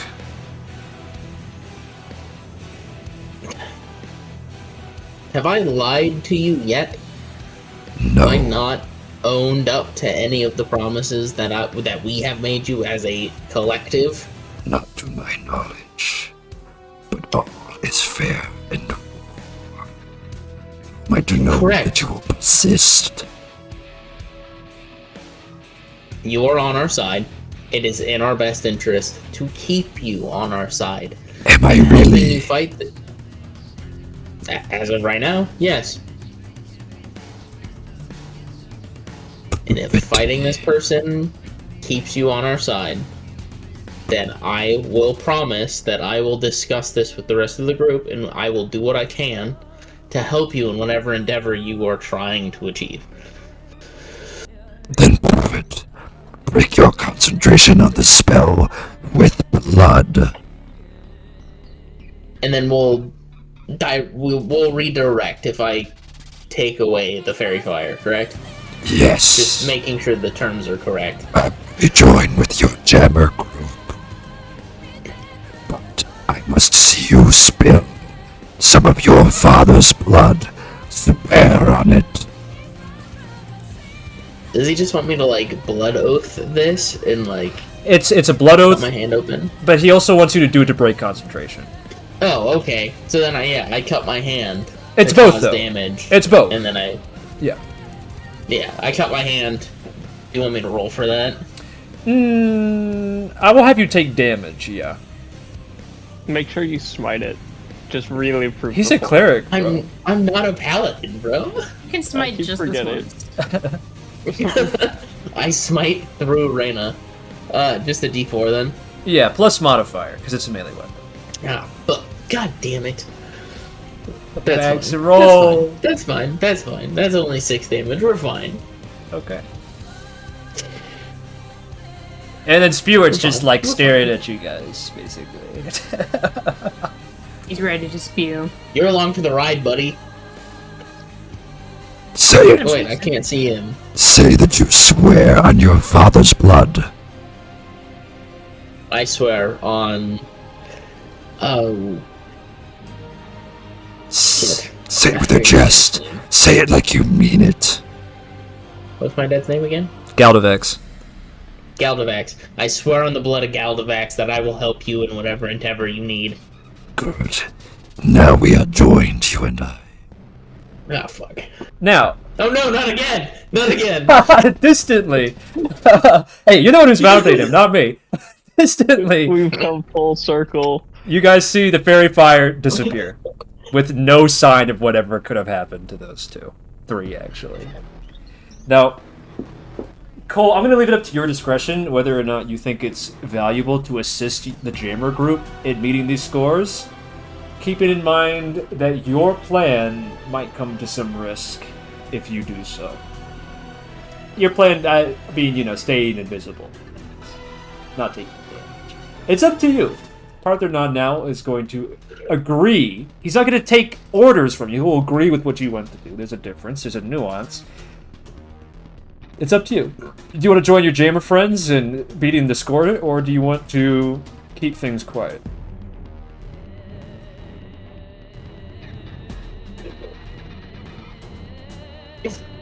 Is there a way... I'm invisible and there's no concentration related to that, right? No, but also,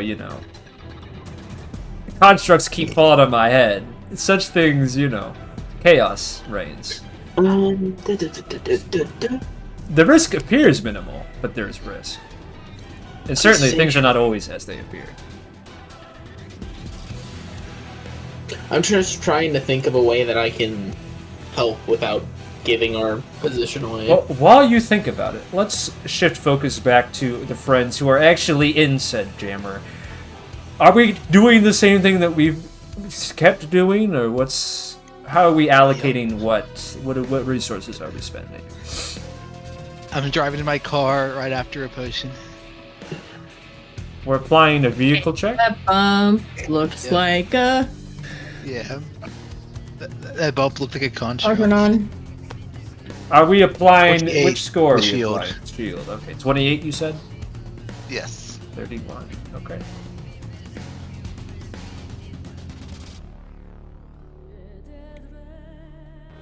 He's shielded up. Alright. It's Yo! going to be Yo! 28. We will hold off on this salt. Okay, now, here's some thinking for you to do, Reyna. Are you even going to beat this construct score? Is it more beneficial for you to apply to the next shield so that you don't have to make another check against the constructs? Or are you going to take those odds and try and reduce the damage anyway? What are we thinking? Will Paarthurnon and Vulgan come in and save the day? Because that extra score might matter. Who's going to do what? On the next episode of Dragon Ball. No. Shadowfall.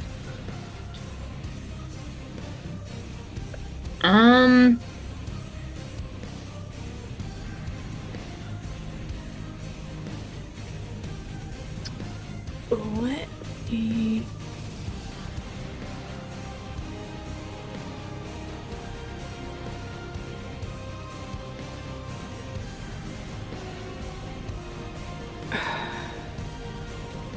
While she's thinking, Vulgan, do you have any ideas? No? Okay. Nope. I said, Oh, Thank sorry. you very much. Gabe, he's reached a 2-think limit. The two-think limit! The two-think limit! Yeah, I thunk twice. It's gone now. No more think. Just so people can appreciate the second layer to that joke, it's a play on words with a 2-drink limit. Ah, shit.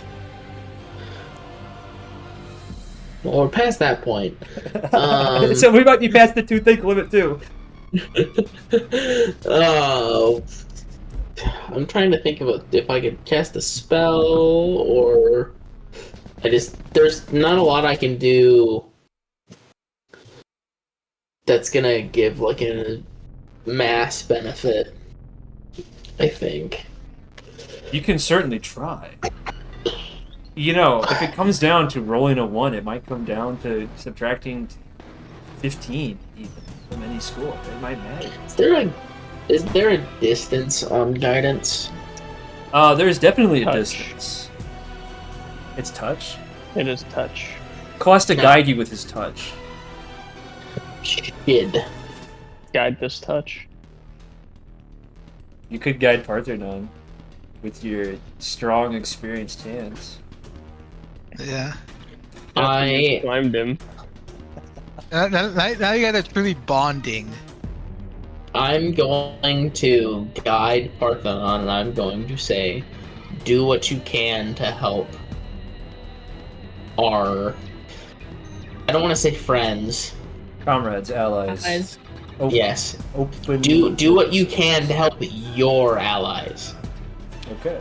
Specifically his. Because we are all his allies. Okay. Some of us are more allies than others. less. Well, Reyna, unbeknownst to you, the construct score is now 53. If that Nice. affects your decision at all. Unbeknownst to you, if it Unbeknownst. affects your decision. Yeah. Ugh. Ren's decision may be affected, but Reyna's. Let's see. I'm inviting you to metagame if you want. It's fine. It's part of the abstraction later, you know. Can you use the bathroom really quick? I'll be right back. But we had an allocated pissing time. A golden stream I descends from understand. above. So if I Yeah, get it's rid of the got free. shield, there's no attack? So, Reyna, what I'm saying is, if you don't get this low enough, you might do 2 more rounds instead of 1 more. Which means that you have to dodge 2 more of these instead of just 1. Does that make sense? It's about minimizing attrition. Okay. Think about Well, it can I as do how many the times you have to shield? fire your revolver in Russian roulette. You could take 1 bullet now as opposed to taking maybe 1 now and maybe another 1 later. But it's more like 2 or 3 in this case. It's about chance. It's good to reduce probability, but it's better not to make anything probable at all. If what I'm saying is confusing, just go with your gut.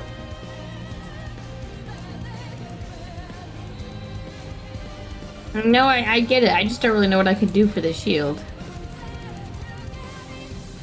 I mean, you got plenty of skills. Perception, investigation, persuasion, Persuade? intimidation.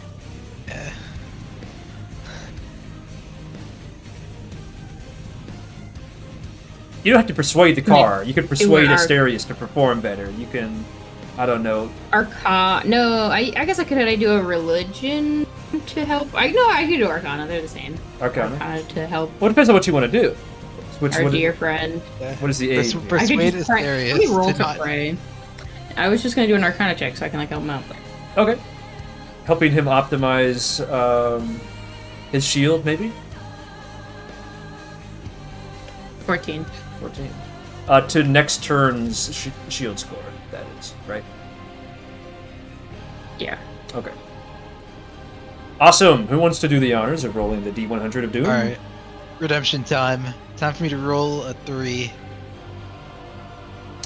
Oh, Fuck. That's a success, but we're taking damage. Nice. What are you guys doing? As I'm working on the car. I want to note that between the combined efforts of Reyna and Ithos, you're able to keep up a shield that can block most of the missile fire. Combined with some evasive maneuvers, of course, but it's not enough. There's a whole, let's say, squadron of like 8 constructs flying in front of you, ready to go. They fire off many missiles when something large, heavy, and invisible slams into them, knocking them down and out of your path. You do still take some of the missile fire, some of which also hits the Saltjammer, unfortunately, hitting some scratches on your ride. It's taking some damage. It's a little harder to steer now. Each of you takes 18 force damage. Oof. Except for you, Vulgan. Because you're invisible.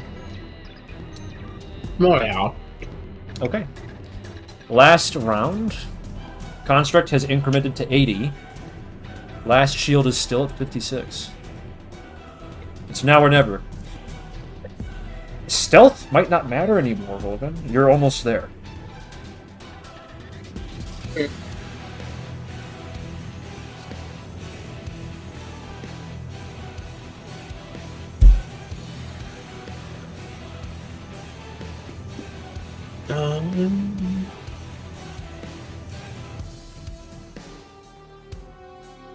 That don't work.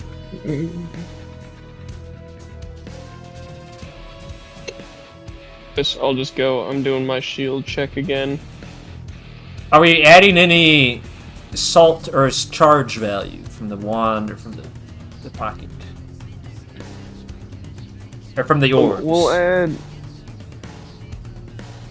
I guess we still have this level 3 orb, so this will be 24 plus 8, 32 off of the shield, and that is the conclusion of the orbs. Okay. Yeah. Why is this not changing the number? I have this highlighted. Oh, I was in a different window. Okay. 24! Wow, do we like those odds? Do we want to direct everything else to the construct score? What are we thinking? I mean, I'll direct my roll to the construct score. Okay. I mean, surely you lost the first 2 rounds on bad luck. It wouldn't happen again, right? What's the plus modifier? 26.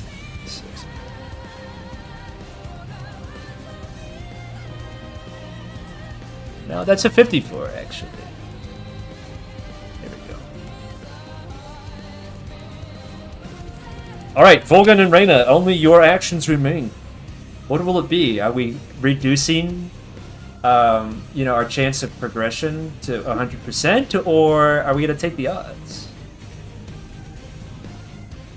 I think the construct should be a little bit lower.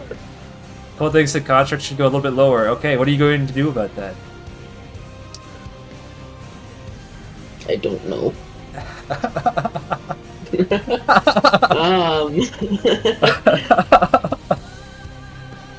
Okay. I've been reading through like all of my spells. And Do you have a channel divinity left? Do you want to explode in the sky? Ooh. It's for short rest. How many of those do I get? Isn't it like 2 per? Short rest. Yeah, you used 1 Super short earlier. rest. I think you got 1 left.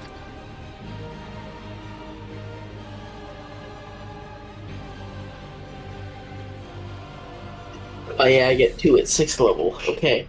What would I roll for that? We'll call it a spellcasting check or religion check, and because you're spending a resource, I'll give you advantage.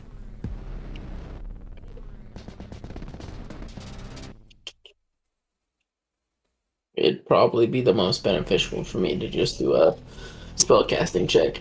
Yeah. With advantage. Add a advantage. Alright. Unreal. Goated. Okay, what's that plus modifier? That plus modifier is a 8, 9. So it's 29. That's really good. I keep forgetting that I have a +1 focus because of my mace. Yeah. Alright, Reyna. You're the last one. What's it gonna be?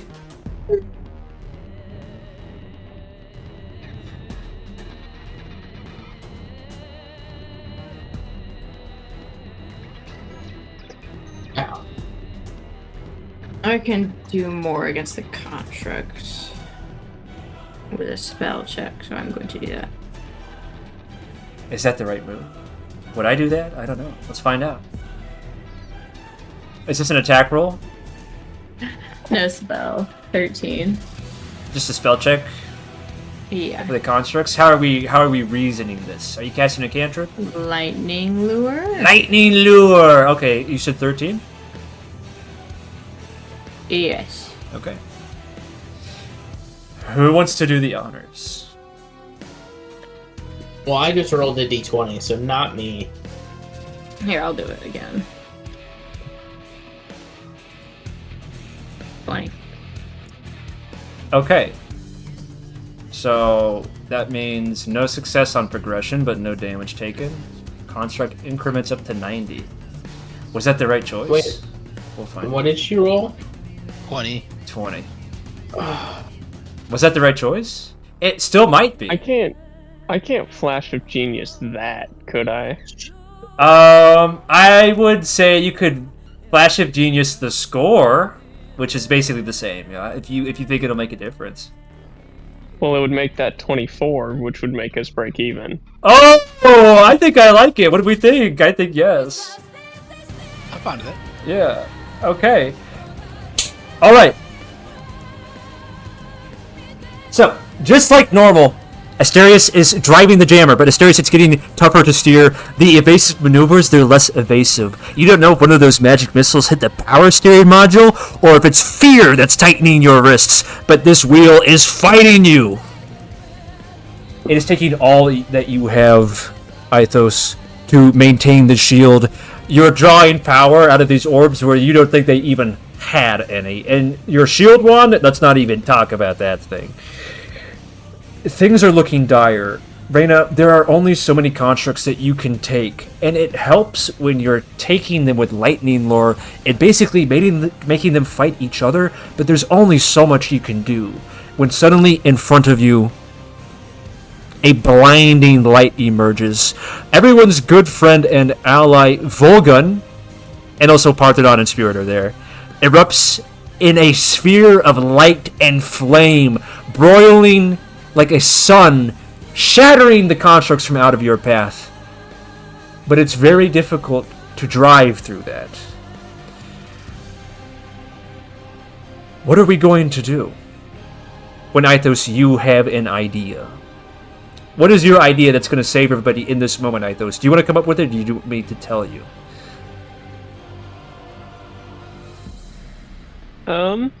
It's a great question. Great question. How do I want to do this?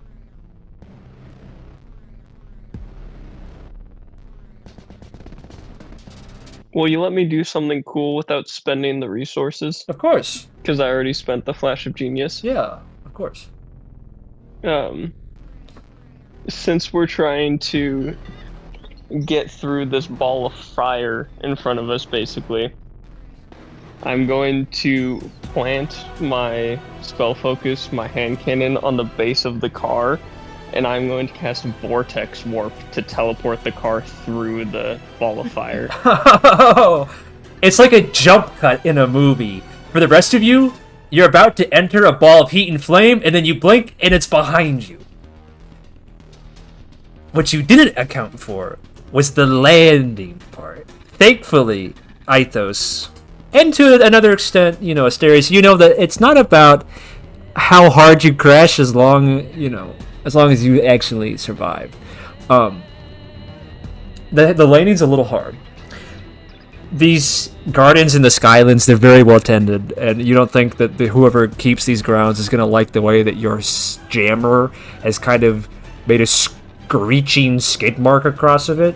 But thanks to some quick reshielding and pulling up on the steering wheel as hard as you can, you appear mostly undamaged. The Saltjammer, it's doing okay. It might be able to make another trip, but it's not going to be pretty. You've made it onto the Sky Island. Thankfully, your crash landing was fruitfully directed underneath the awning of some building. This is not appropriate for the high pace here. So, you're momentarily safe from artillery fire. Do you wish to end the invisibility effect, Vulgan, or are we keeping it up?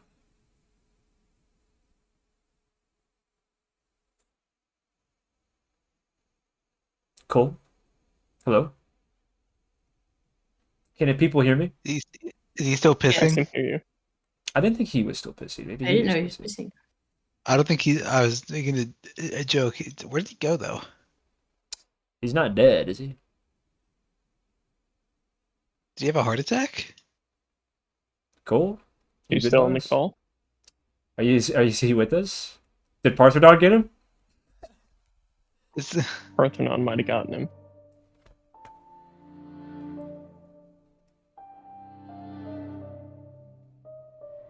Holden survived the car crash. Tragic.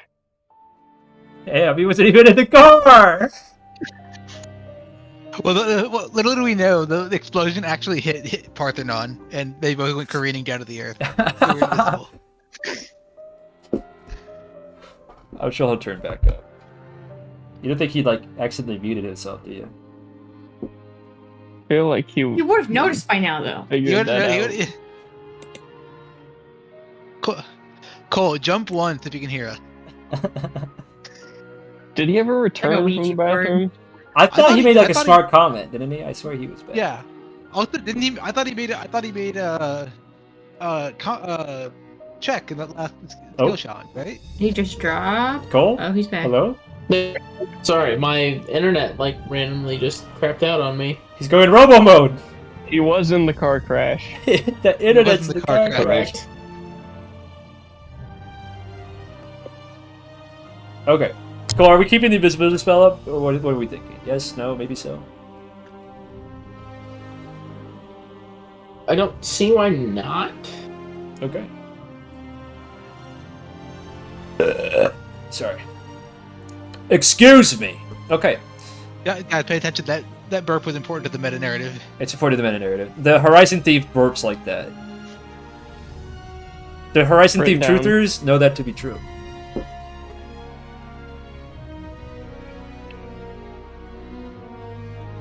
Okay. Are there Horizon Thief deniers? Oh, you have no Killing idea, buddy. Everybody who's not in the library. You have no idea. Are you kidding me? Fuck. Okay. What's up? Nothing. Uh-oh. All right. Something's wrong, but he just can't tell us. No, I didn't. You wouldn't believe how hard it is to find one of these. Anyway, we're outside of Lord Davarius' manor. It is his garden that you've crash landed into. It occurs to you that you are outside of it, and that half of your party is invisible. How do you want to proceed from here?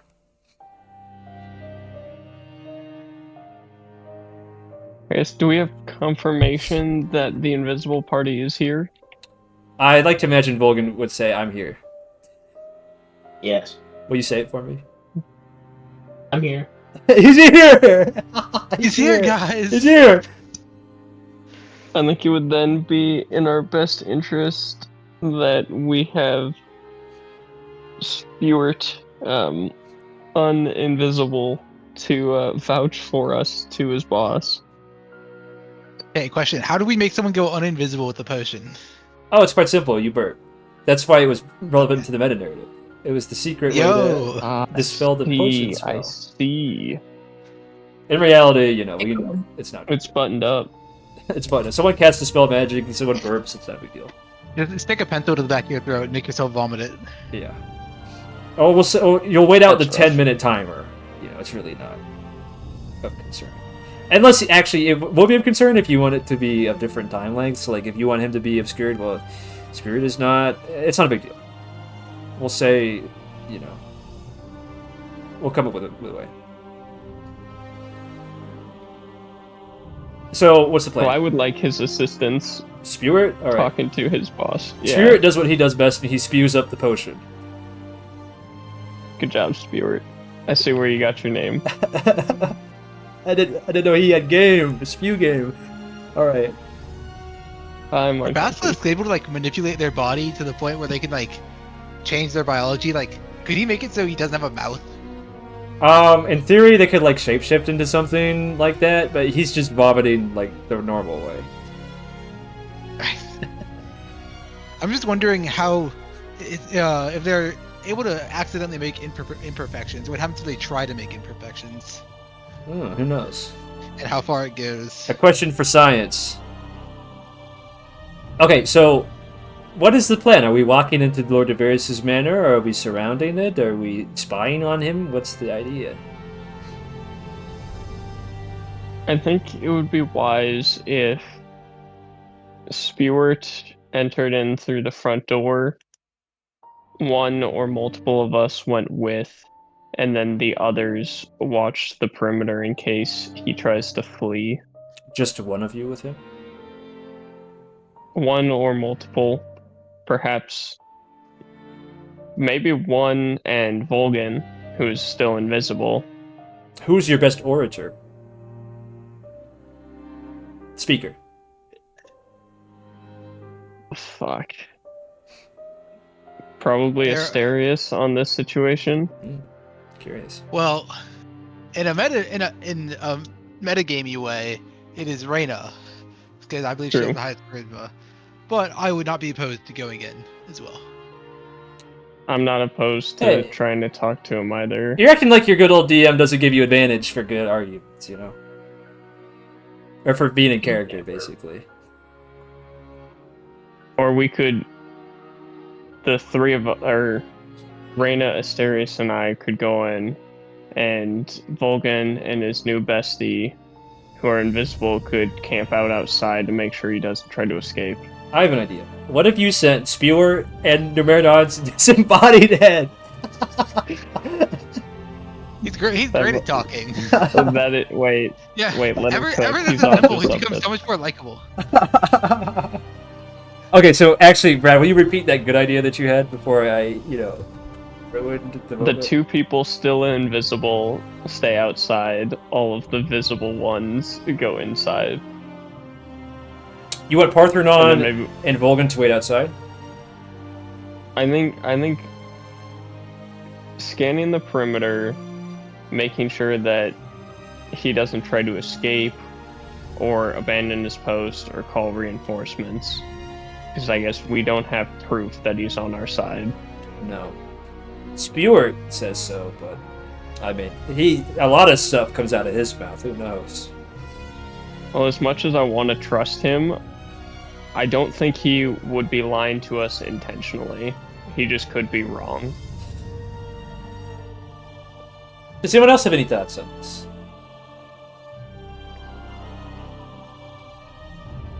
I think that's a fine plan. I feel bad putting Vulgan on babysitting duty twice in a row, but Now they're besties now. Even closer, you might say. they're starting to bond a little closely. Nah. Yeah. They're melding. Okay, so the three people, the jammers, are going into the manor to talk to Lord Davarius. Yeah. God damn it. Okay. 1 second. What, Gabe? You didn't plan for that? I planned for everything. Fuck! It's fine. He was hoping to get some dragon blood manipulation No. involved. I'm angry because okay, here's the truth. I was looking to find a battle map for a banner, and I never found one because all these people on Incarnate put their damn watermarks on it, and you can't steal it. But you could steal it. and No, just no. fucking- No, wait. Let me explain. Because it's a private asset. The watermark is a private asset. Incarnate cannot load it all the time. It says that it will load it without it, and then you try to load it without it, and the map crashes. Anyway. It's fine. Please, enter the manor that I just told you I was looking for a battle map for, with assured confidence that there will definitely not be a battle in there, because Gabe can't depict it. Of course. I trust it. I walk in.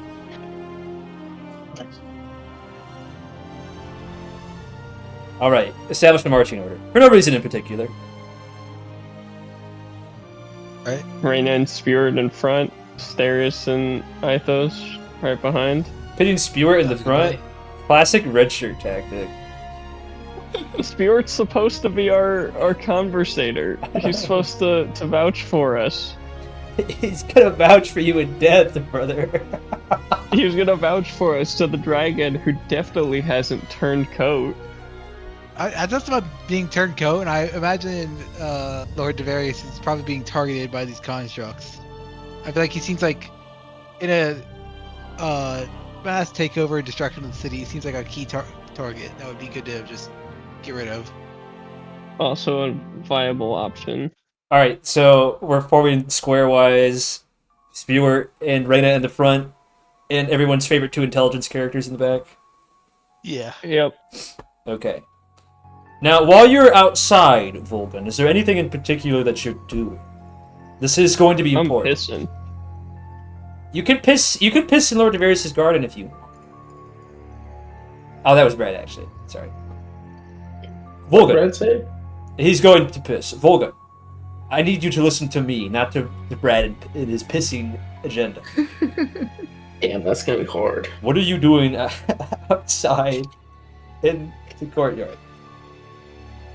I mean, we'd probably just be watching for any constructs, right?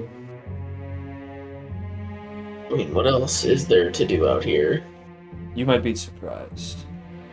Oh boy.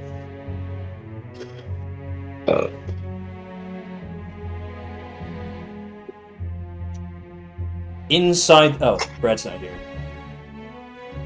Is there a way I could maybe roll I'm so perception mad. to see if there's... Oh, never mind, Brad's back. Cool! Yes, I would heard- love for you to roll some dice. Please regale I me heard with how you Cole roll say, dice. There's nothing to do out here, and I missed the opportunity to immediately say you have Paarthurnon.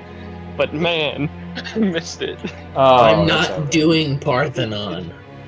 Cole, you said you wanted to roll perception. Please describe to me Yeah. this proposition. I'm kind of just on watch, making sure there's nothing funky going on outside while my friends are inside. Alright. Go ahead and roll perception. Excellent. I was hoping you would roll Bro, what the high. fuck? I was hoping you That's- would roll high. That's a 28, by the way. While your friends are inside the manor, a cold fog is descending upon Lord Davarius' estate. Well, that's only half true.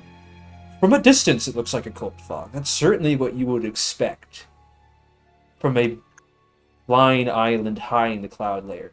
But as this dark fog creeps closer, it feels warm, like ashes and embers. Oh, that's not good. Now, I just want to make this clear. When I'm describing this to you, we're jumping forward in time. This, you would only have noticed this by the time your friends were deep in conversation with Lord Davarius. So why, you may ask, am I describing this to you now? Tension. That's why. Would you like to? Would you like to do anything about this fog?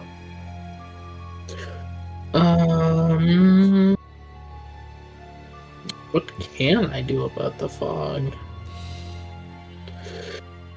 Would you like to do anything with your allies about the fog? Not to the fog, about the fog. Is there anything you would like to do in this moment? Ascertain, think, run away, talk, maybe discern.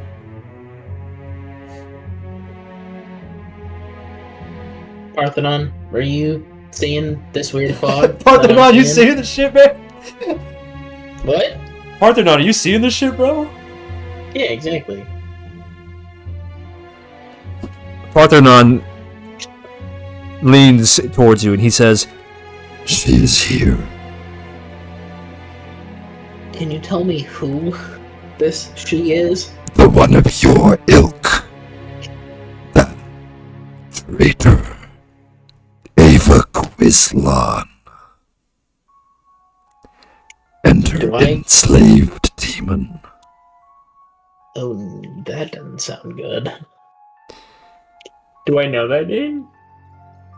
It's the human cultist who you met in the one place whose name is escaping me. Willem.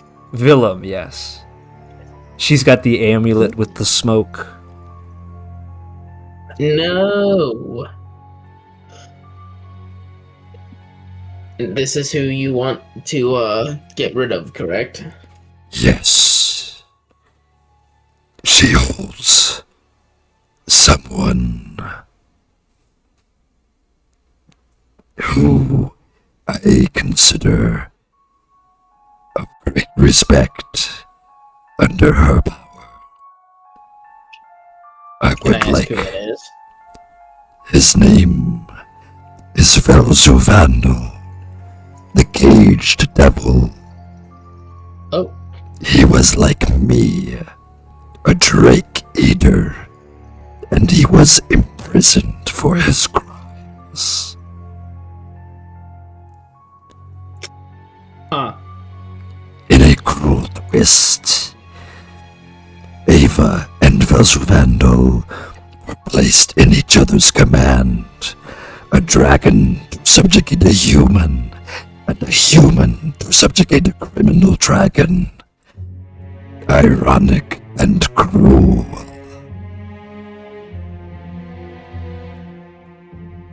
Were it up to me, Velzuvandal would still yet walk this earth.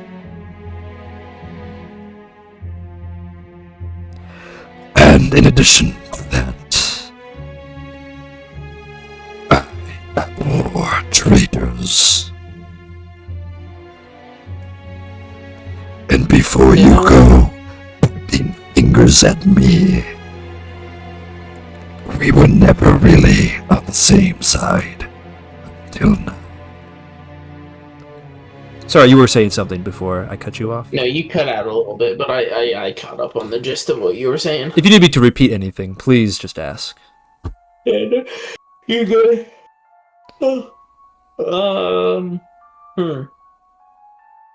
Good.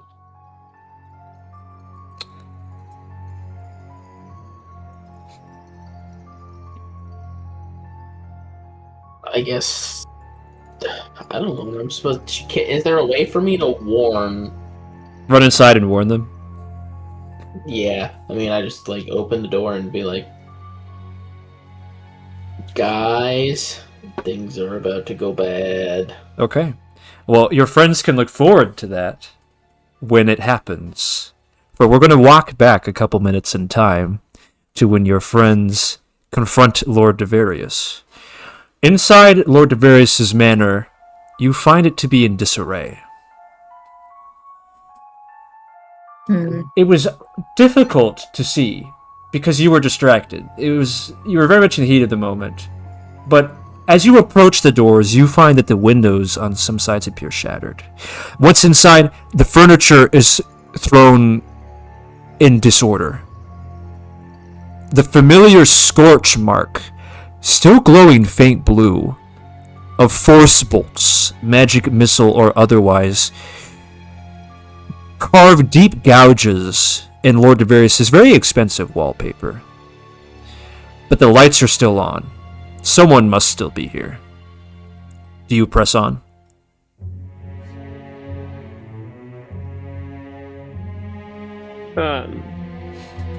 Okay, so question for Gabe. Yes. Paarthurnon is capable of knowing which basilisks are his, and through, I believe, like sense of smell, has a rough idea of where, right? Yeah.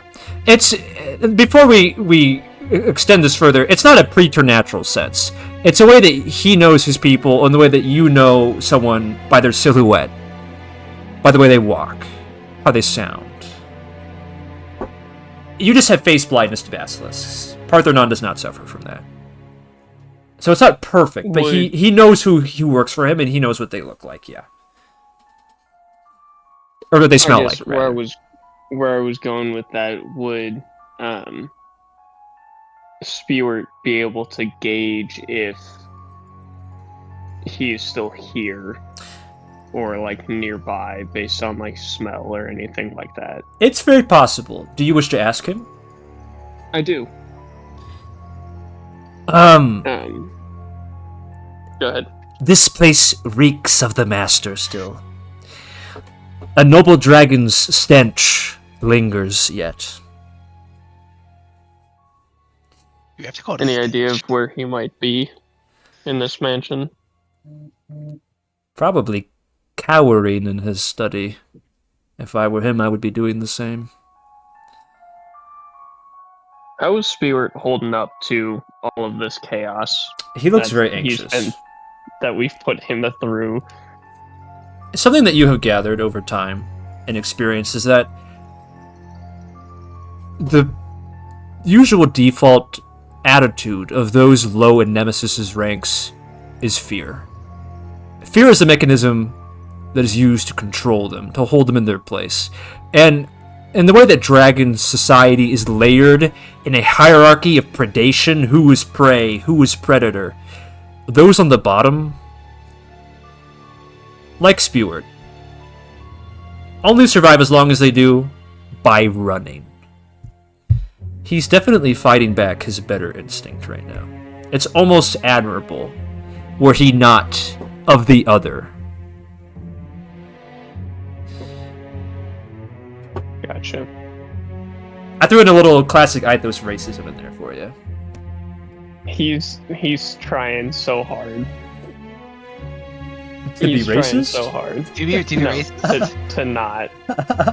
He's trying so hard to not be. Yeah. Why fight against your instincts? Because Speward is trying to fight against his. It's admirable. I can give him that much. A parallel? Between two What? different- What? What? What? No, I wouldn't draw that. I wouldn't see the opportunity and want to double down on it. What? No. Do you wish me to lead you to his study? That would be great. Mind your head, he says, dipping underneath a door frame that has laid low after it suffered some insult of the architectural kind.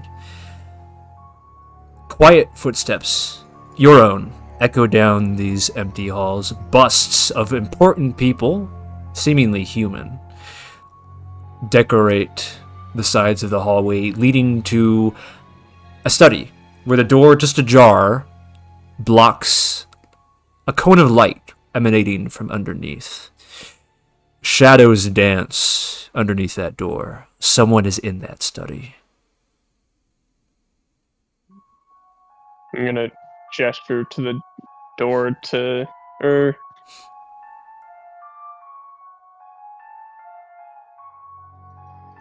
do I just knock? Part of me is just like, yeah, Spirit, ask him to let him know it's us. But part of me wants to just knock. Well, there's obviously been an attack here, damage. It's There's no guarantee it's him, yeah. is what I'm saying. Spirit, go knock on that door, buddy. While we stand 35 feet away. I will re-up the shield for this party, the temp shield, Okay. and then knock on the door. I knocked on my desk. I don't know if you guys can hear that. Probably not. I No. could not. Can you hear it if I talk while I'm doing it? No. Damn, that's too bad. Oh, who's there? I've already told you, you can take anything you want! A gesture to Spirit. Sire, it's me! Here. It's me, Spirit! Spirit, quickly, come inside! You must take shelter! The constructs, they've turned against us! Upon opening the door, can I roll insight to see if this is true fear, or to the best of my ability, gauge if this is true fear and concern, or if there's like a lie to be told? Let me pose something else to you. Do you want to wait until you can see his face? Yeah, I'm saying like after Okay. or as I'm opening the door, when I'm immediately trying to size him up. Okay, go ahead and roll insight. Anybody else want to do anything? Take that as a no. Oh, Yeah, sorry. no, I'm good. Guys, stop it! Oh boy! Stop rolling 20s! That's hot. You're not That's my supposed to know first all the stuff one. I'm about to tell you. Come on. That's my first one. The natural 20 for a 26. The door swings open and then promptly falls off of one of its hinges. It still hangs on by the other hinge. This door is determined, just like you are. What looks like an elderly man He's got almost like the monk sort of circular haircut where it's bald on the top and sort of fringes around the sides. A monocle, and put plainly, he's quite plump. He's well-fed, wealthy. Is hunched, half cowering, half slumped over a desk, arm holding one shoulder, and the other arm desperately scrawling something with pen and ink. Now that you've gotten a good look at Lord Davarius, you don't quite think that it's actually fear. Something like fear, undertoning confusion, mostly. Confusion. And panic. His eyes... You thought you had more time. His eyes dart up to meet yours, Reyna. And you can see, for a split second, the draconic slit, the narrowness of the iris, before it dilates to a human width. The Inquisition! Thank God you're finally here! I've been sending for so many of you. I thought that our agreement was that you would protect me.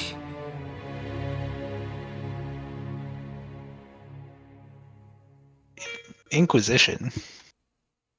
I don't know anything about an Inquisition. Are you saying that out loud, or are you going to try to play No, along? please. Okay. No, Please don't say that out loud. Yes. Oh, got your message. Can you make it sound convincing? We got here as quickly as we could. No, let Reyna do it. Okay, I'm sorry. And that's right, you were doing that on purpose. What? Making it sound like Reyna does not actually... Okay. When you made her sound uncertain, was that to communicate that she was uncertain to the table or to Lord Davarius?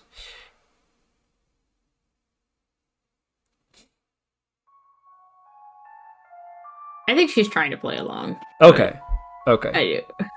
Then, with a little bit of bolstering from we came as quickly as we could, Lord Davarius will engage. I've written the Scholar's Cloister. What are they called? The Eclipsa Court? Whatever they're called. Gabe can actually remember. Hold on. Maybe I have it in a document somewhere.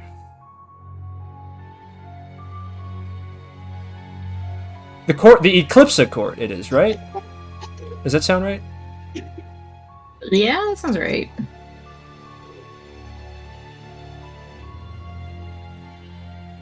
We're gonna go with the Eclipsa Court. I've written the Eclipsa Court so many times, and too many of those judges, Thicklicus and Crusader, should know by now that I need retainers. I am a target. You know, there's a lot of different things they're trying to deal with right now. Unfortunately, you just got lost in communications. Well, clearly, they should be favoring me, because I could help with this problem if I was able to leave my estate. It was, after all, my constructs that are running awry. Not, let it be known, to be my fault, by the way. Per our agreement, I kept them hidden for as long as I could. Well, they got out, so what happened? Your I'll people... say while, like, entering into the room proper. Your people, and he's going to motion towards you as a group, your court must have bunged up the negotiations, because it was my understanding that we were going to wait until it was clear which way the tides of the war were going to turn.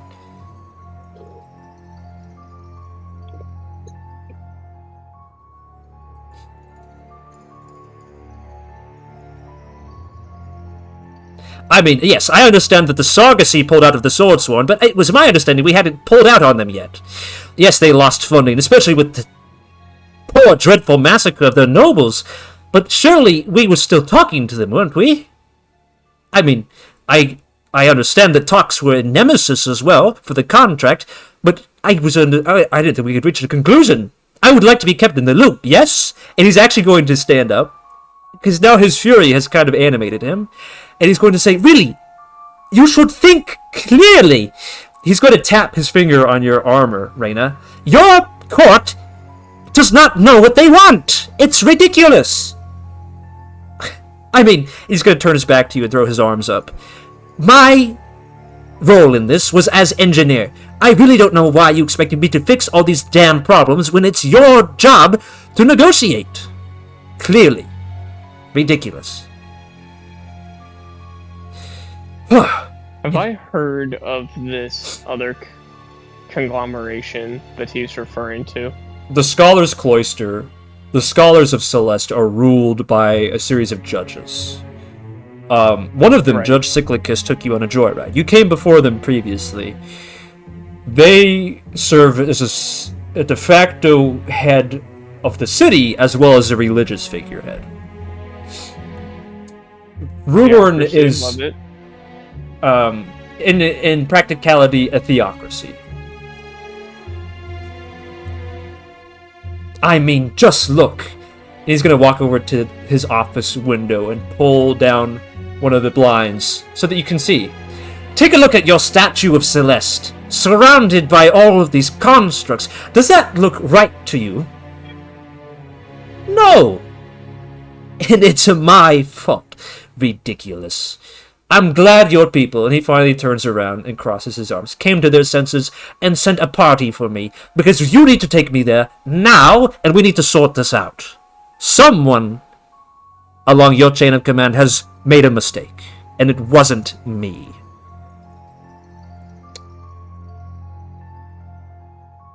While we work to get this sorted out, is there an override? Can we shut them down and stop this chaos? Per your requests, I put the master control in the sanctum of each sky island, where your scholars are concentrating on keeping the islands afloat.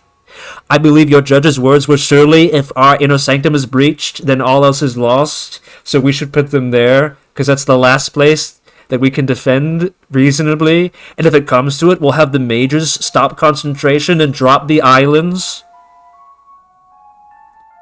And he gives you like one of those looks where he like widens his eyes and like tilts his head in like a duh kind of expression. Your people said that, right? That's on the transcript, right?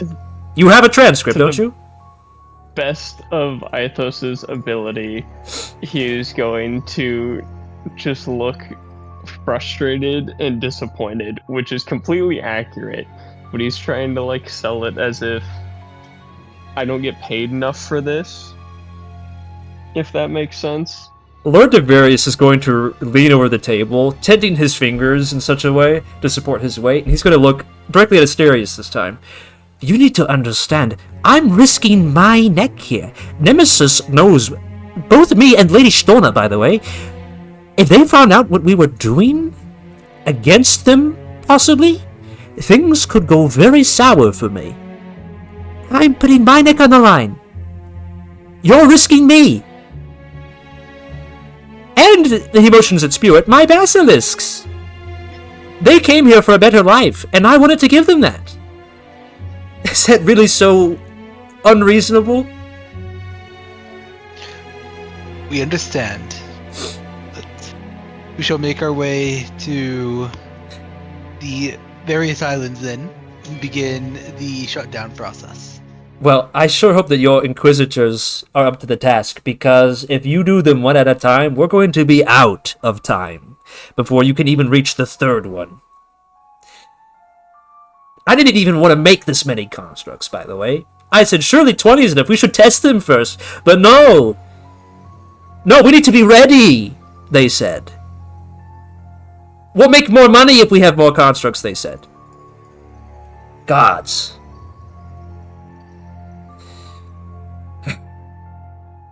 Does anyone smell anything burning? You guys smell that, right? And it's at this point that you hear the plaintive, desperate tones of Vulgan's voice echoing down the empty halls of Lord Davarius' estate. Vulgan, if you would do me the favor of repeating your warning.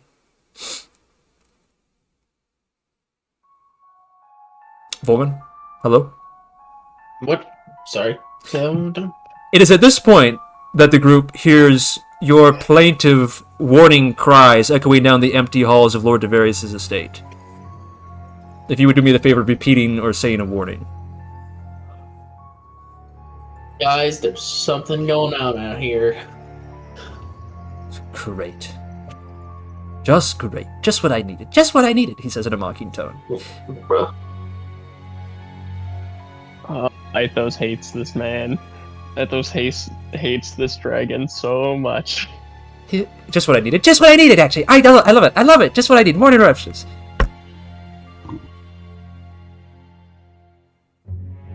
Well, he motions at you. Aren't you going to go check it out? Would you like to come with us before your building collapses on top of you? You demanded an escort out of here, so come along. I rather think that you're making a good point. I requested an escort many times, and I'm going to damn well use it. I'm going to the center of the formation, he says, placing himself in the middle of the square.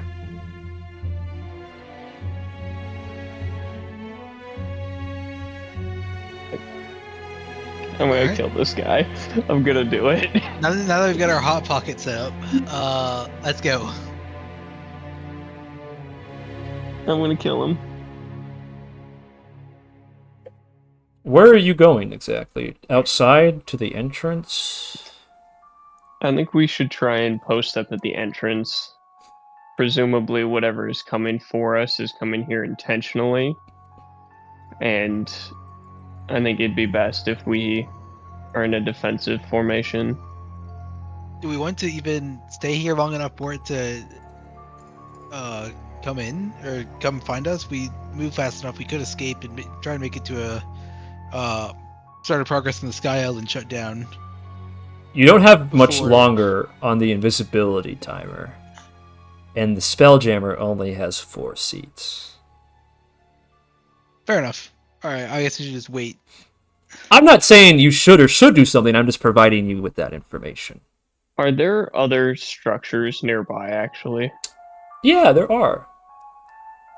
I think we should make our way to one of those. If this is likely, because I haven't been told anymore, this is likely a dragon coming our way. If it is aiming for this coward here, it might just level the building. So maybe not being in this building might be a good idea. Fair enough.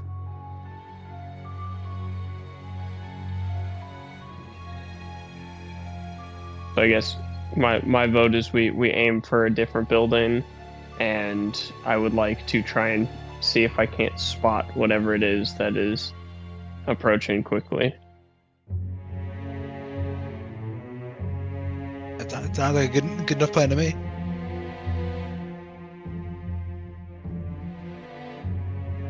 Let's do it. No horses, no horses, no horses, Let's no go. horses, no horses, no horses. Sorry, no horses. Paarthurnon and Numeron's disembodied head is still in the car. You guys cracked the windows for him, right? He doesn't need that. The severed head does not need.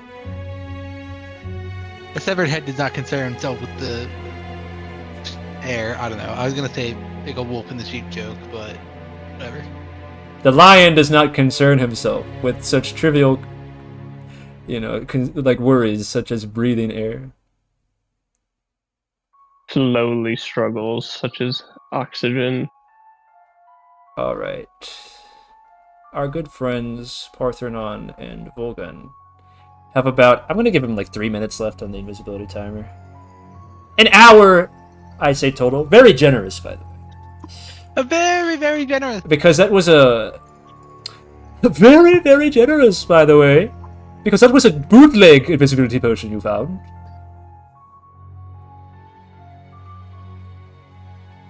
You make it It had extra invisibility. extra invisibility. Even the drink was invisible. Even the drink was invisible. Even the drink was invisible.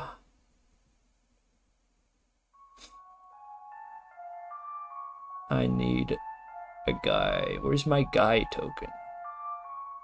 Splendid. Any guys in the chat? Any guys in the chat? No, Hey, if we have an all-female audience.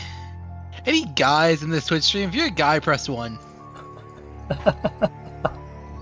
I see only 2s.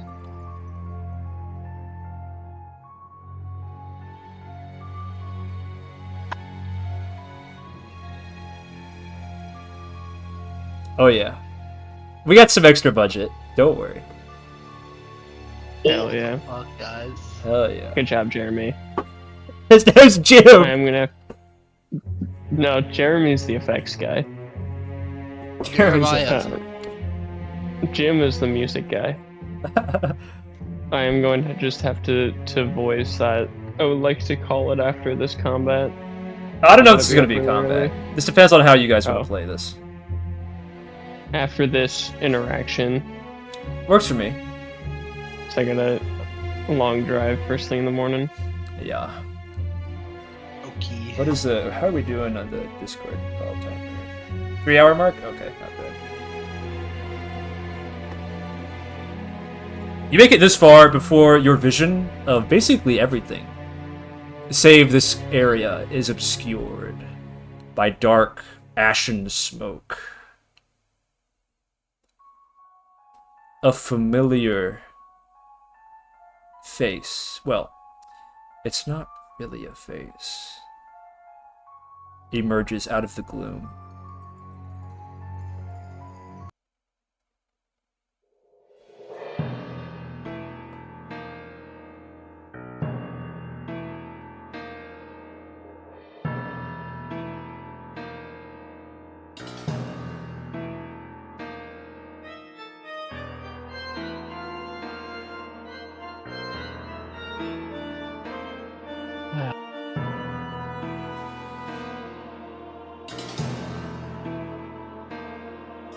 Oh god, she's gonna have horse mechanics. Jim, turn the music down. This is too loud. There we go. Ava emerges from embers and smoke. She does a half bow. It's been quite some time since we've seen each other, heroes. And she stands up to her full height, placing one hand on her hip and sort of standing off-kilter in that way that women do. You know what I mean. Our female audience understands. The female audience Say that- understands. Why'd you say that woman with a capital W? I don't know, Jane's sitting on the other couch next to me. That's our female audience. Hi, Jaden. She doesn't understand. Hi, Jaden. Gabe says hi.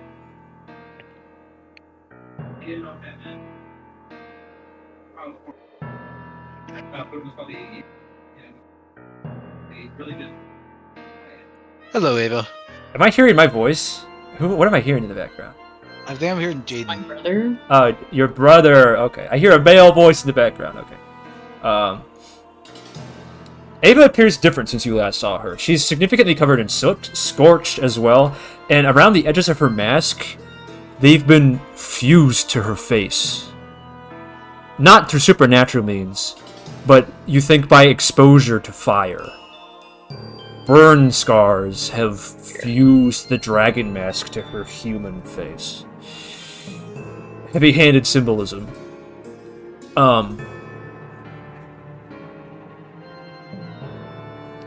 We've got so much to catch up on. And just the man I wanted to see, and she points at Lord Davarius. I have business with him. It would greatly help me in my efforts if you were to hand him over without a fight. I have no quarrel with you. It seems every time we see each other, you never have a quarrel with us, but always want us to hand someone over. I Listen to can... her orders. Well, actually, I can speak a little more freely if you want. No one in Nemesis who really matters is within earshot. Tell me, have you been to, Numeronon's temple yet? Discovered the prophecy? That was part of the plan, wasn't it? I believe we have. You believe you have, or you No. actually have? Let's be clear here with each other. We have, though this group's opinions on it are divided. Then we're in sympathy. I'm also divided over this prophecy as well. Tell me, who do you think fits each of those roles? Because to my eyes, I see a Reaper, and she points at Mythos. A Prophet, and she points at Reyna. And let's see, the third one, the Prince, and she points at Asterius. Because Vulgan's not here. Of course. Ah, yes, not here. Say, actually, where is your little half-blood? You didn't lose him, did you? I actually thought he was... They wouldn't allow that, would it? I actually thought he was going to be the prince, if you can believe it.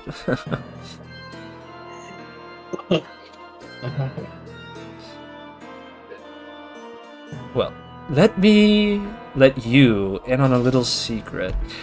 I am trying to... And she pauses, and she looks over at the thing that I haven't described to you, actually. The smoking demon, caged in chains, Velzuvandal. An apparition in dragon-like shape, cast in chains of ember and ash. The fumes coming out of the amulet hanging heavier than it looks around her neck. She clamps her fingers in mocking sort of condescension, and you see chains wrap around Velzuvandal's mouth. Now don't be spilling this, Velzuvandal. We have an agreement. I am also trying to subvert the prophecy. Ridiculous, I know, right? Wouldn't the dragon's survival be subverting the prophecy? I feel like you've made that part pretty clear. I care not for their survival. I care for finding the proper sacrifice to render their extinction, actually. And that is why I was so dearly fixated on your commander. What was his name? Galif. Condolences, by the way. I've heard he's passed. He was quite We've all competent. heard many things.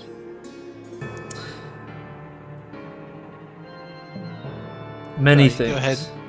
go ahead. You believe the commander is a valid sacrifice for your version of the prophecy? No, not really. I just wanted to tell Salamandra that he was.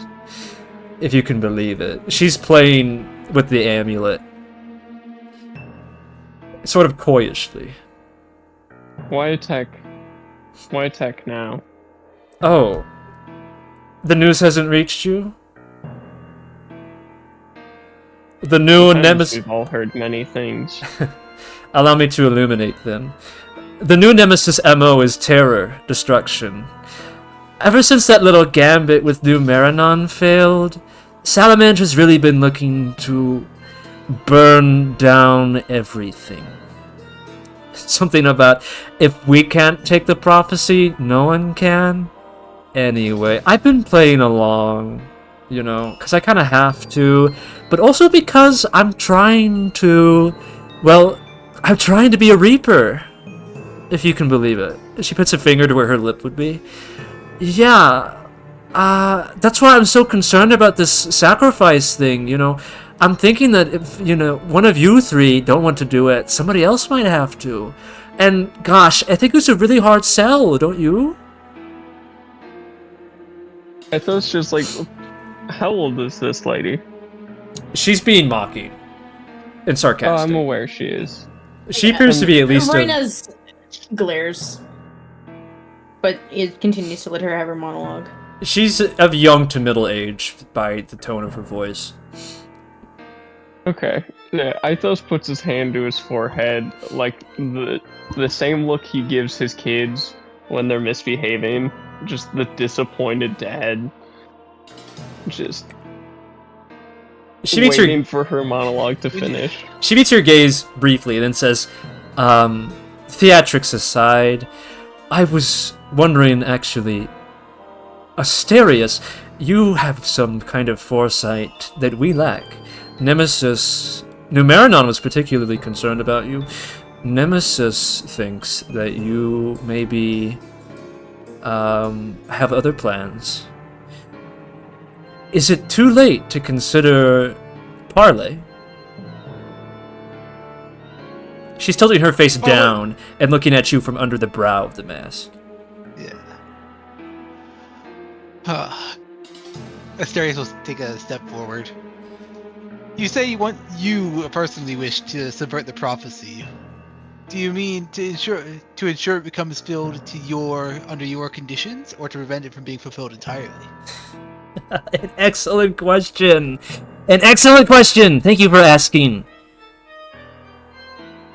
I want to break it. Stupid. This whole thing, it's a power grab. This world, let it be known, is ruled by power. And to make this clear, she tightens her fingers into a fist, causing Velzuvandal to be, bound tighter by chains behind her. Power is what matters here. I need the power of Nemesis, just to borrow it, so I can break them from within. It's not easy, Some of us aren't so lucky as to be chosen by a prophecy. Some of us have to make our own way. And for that, I needed power. And to that end, I will need more. Leverage, magic, politics, any of it. More. That's partially why I'm here. I truthfully didn't expect to see you all today. Not that I thought our Numeranon gambit was going to work. I really thought you were going to look for Fenneron. The sun dragon that turned himself into a sword? The one that controls fire? That would really tilt your odds against Salamandra. Frankly, I think your presence here is kind of foolhardy. That's besides the point. I like foolhardy. It's not too late. Hand over Lord Davarius, and we can negotiate.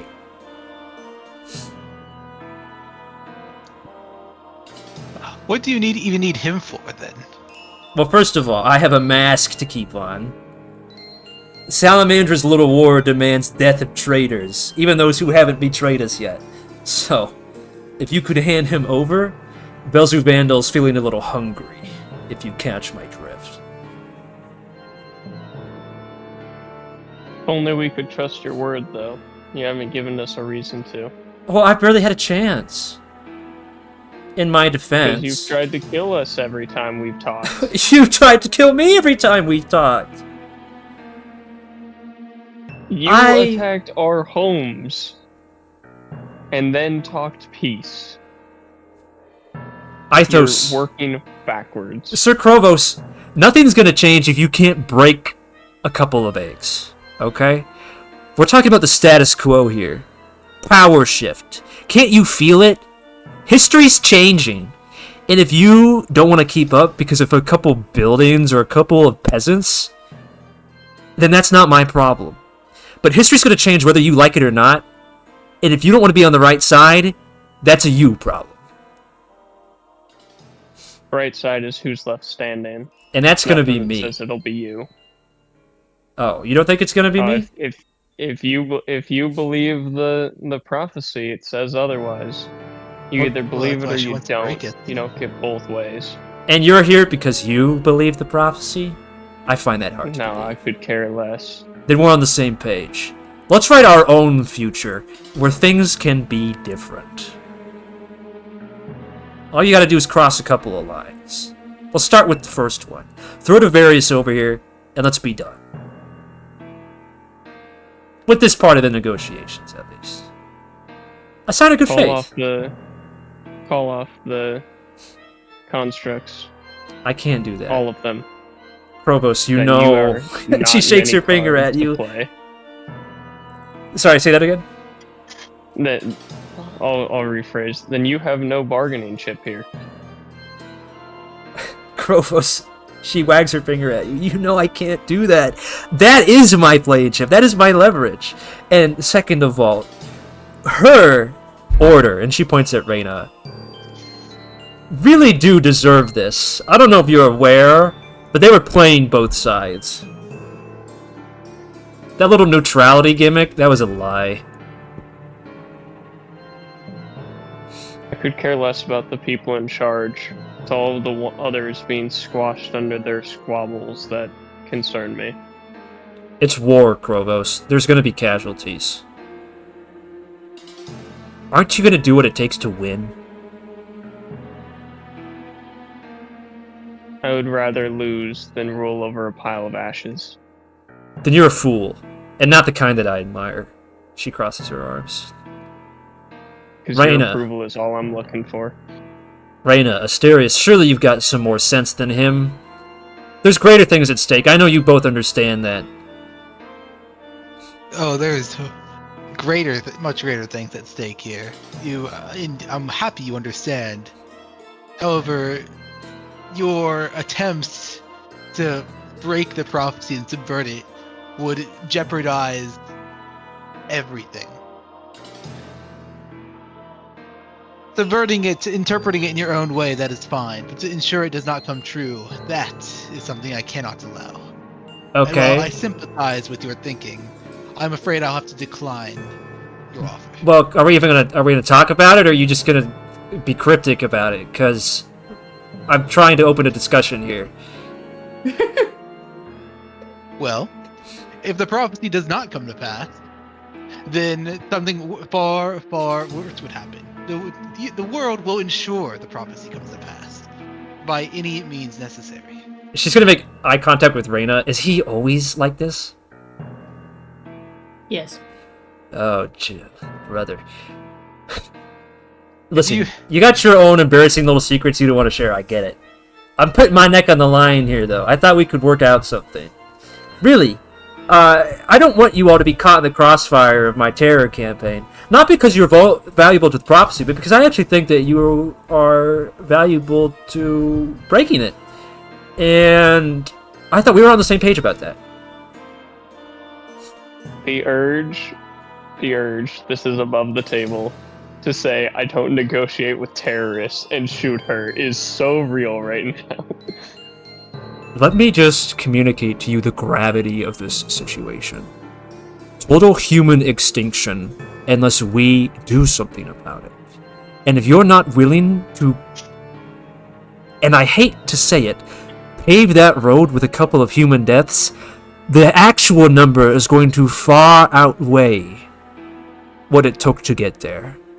It's a simple numbers game. The means are justified.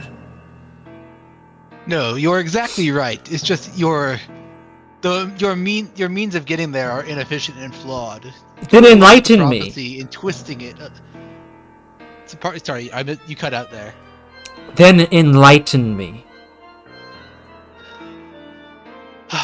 You're following the wrong side to be trying to break the prophecy. Krovos, your side has no power. They're prophesied to win at every cost. If I don't want that to happen, how am I supposed to do that? Power exists in Nemesis. And better yet, I can twist their own power against them. Their own knife against their own neck. Isn't there just a great irony in that? They deserve it, after all. I don't know how much you know, but it was their neck on the line that was supposed to... Well, and she starts toying with the amulet again. They've already subverted the prophecy. Anyway, I'm sure you know all about that. Please enlighten me, Asterius. How are my methods so inefficient? I understand, and she motions to Krovos, how they're immoral, but we're in a situation where we can't afford morality. Let's just be honest.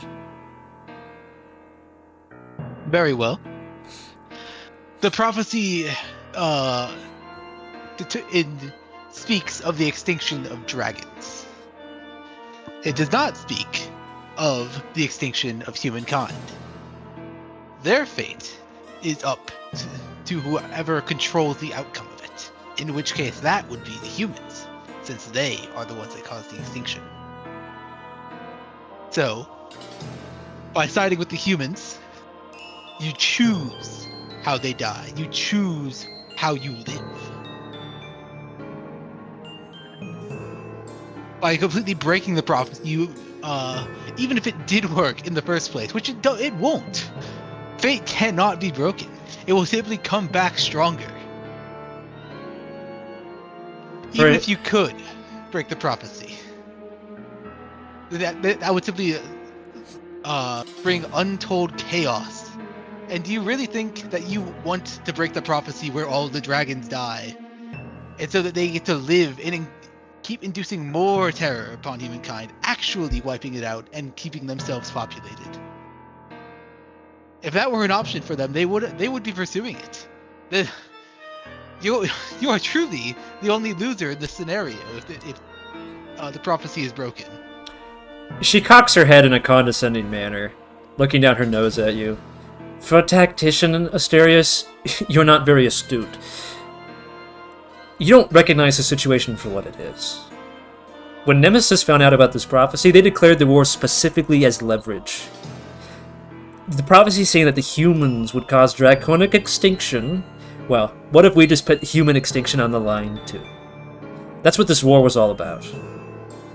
You want to kill us? Fine. We'll take you down with us.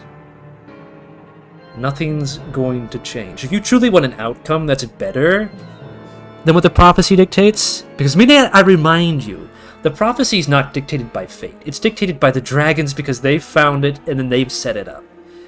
You're playing on their chessboard. You gotta play by their terms. And by their terms, it's a zero-sum game. Doesn't matter if we win. One human could stay alive, and that would fit your prophecy. I don't want that. I want total, assured destruction. At least of the dragons. If it takes a few humans to get there, then that's better what they had in store for us anyway.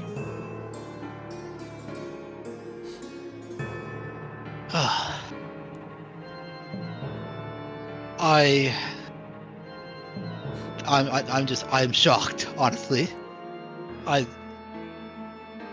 I've never seen someone so incompetent, but yet so intelligent.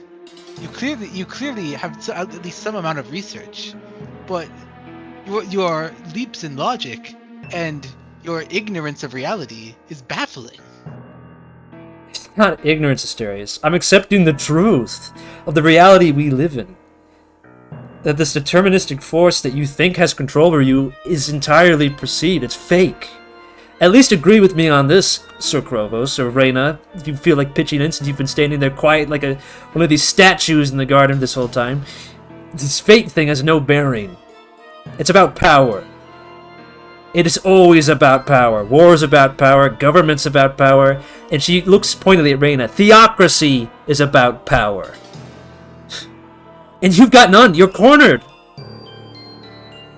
Your alliance is collapsing. The Sargossy's left you. Your nobles are dead. Your commander is missing. Your champion is hanging by the gallows in your castle, which Salamandra has taken.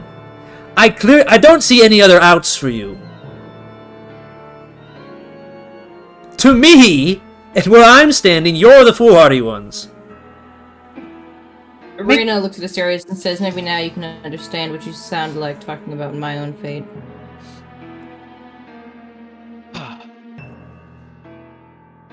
If that is how I sound like, then I truly do apologize.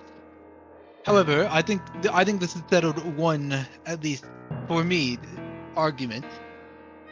No matter what interpretation this party may hold, whether they believe in the prophecy or not, your downfall is neither required nor needed. You have no place in the prophecy, and you have no place here. She clenches her fist. You dare to call me insignificant? I didn't crawl my way out of the sewers to be called incompetent. I've come too far and given up too much for someone like you, and she spits that with venom, with you, to call me incompetent. Listen, I don't want this encounter to turn sour. If you just turn over Lord Davarius now, I am more than content to let us cross paths at the next time your fate dictates that we will. You don't want to cross me. Make no mistake, I've been playing until now. You just need this dragon dead. What do you need from him other than that? I need his death. That's Yeah, it. I would all she is prefer upgrade. to feed him to my Manakete, Velzuvandal here. You know what a Manakete is, right? Of course you do. But his death would be just fine. Salamandra wants Ruirn. How much proof do you need of his death? I don't need proof. Salamandra trusts me. Then consider it done, and you can be on your way. I need to see it.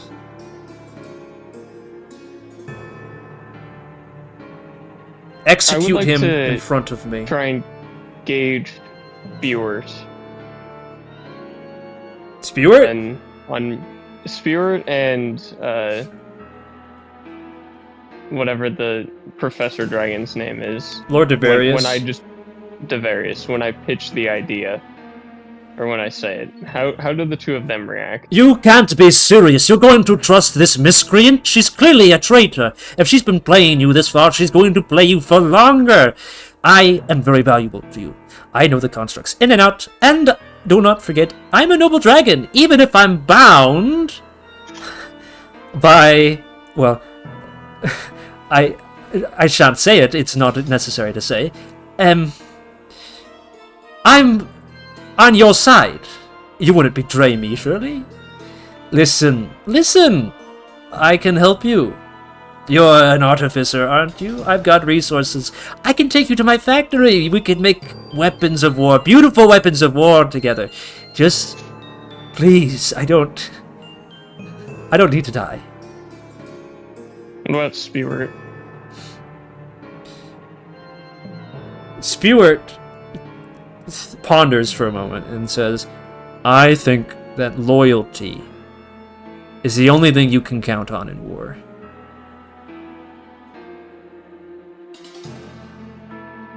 That's a human thing, I think. Right, Spewert just keeps winning brownie points in Mythos' heart. Do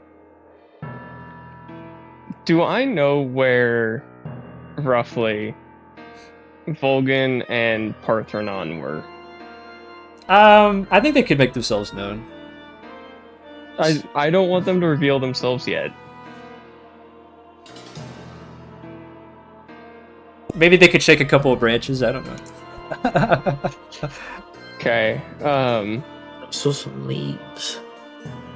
Mythos is going to, like, put his hand to his chin in, like, a thinking manner. While looking towards, like, Asterius and Reyna. I don't want to metagame and say it above the table, so I'm trying to work my way there. And just kind of, like, stare off towards where we knew Vulgan and Paarthurnon were. Trying to see if they can follow my gaze and potential train of thought. And say, you know, Spirit has a good point. Everything is about loyalty. I mean, even Salamandra trusts her. This lord has been rather neutral, rather loyal to no one, though, which is kind of upsetting. Oh, I assure you, I'm very loyal to the human cause. Very loyal. And to conversations with Nemesis as well. Those were on behalf of the scholars. I only did what they told me. I was only following orders. Well, they're not exactly being totally honest. You can't share what's holding you back. You'll save me if I tell you? It's a start towards this loyalty. Very well. I like Velzuvandal and Fenneron, am what you would call a Manakete. I'm a dragon who has forsaken some of his power to adopt a lesser form permanently. Mine was as a gesture of goodwill to your people, that I would be an ally. And I gave up my ability to resist threats like her to be a friend of humanity. So really, if you think about it, I'm like the most loyal there is. I don't trust him at all. Gabe, would you like me to roll something? Insight? Like an insight? Yeah, go ahead. Because I don't trust him whatsoever. Anybody else who wants to roll, go ahead as well. 21. Dynamite? Yeah. So, definitely, he's telling the truth about what a Manakete is and what he is. You've sort of sensed this pattern that sometimes dragons become lesser, either lesser creatures or objects, for a reason, and that it's irreversible. As to why he did it, you're sensing he's being deceitful. Maybe not entirely a lie, but that's not the full breadth of his motivations. Because it makes zero sense, first of all, for a dragon to do that. And second of all, because he's literally pleading for his life. He'll say whatever you think he wants to hear. He'll say whatever he thinks you want to hear, is what I mean, yeah. Well, above the table, I'd rather just feed him to Paarthurnon. Instead of... Are you saying that witches, out of character or in character? No, above the table. Sorry. So, I'm just out of character? Out of character. Out of character. Yeah, okay. That's where my mind's going. I don't know if that's a card we would want to reveal.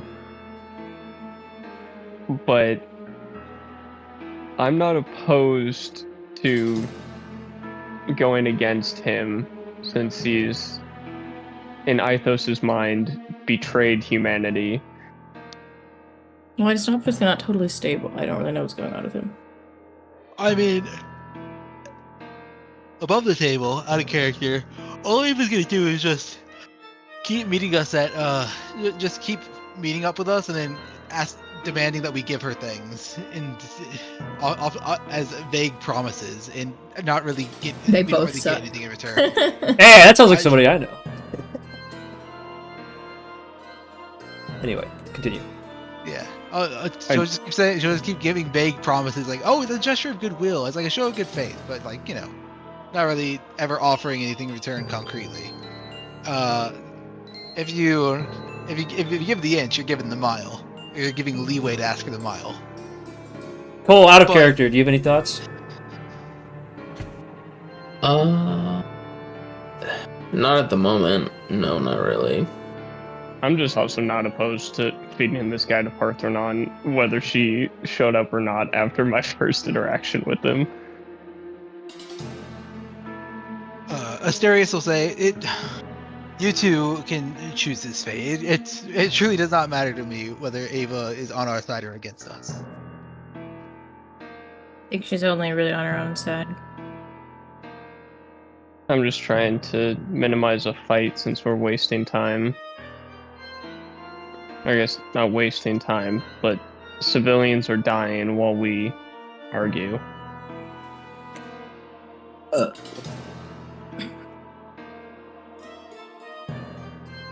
That's where I'm at. Then we should simply fight, and we fight her off.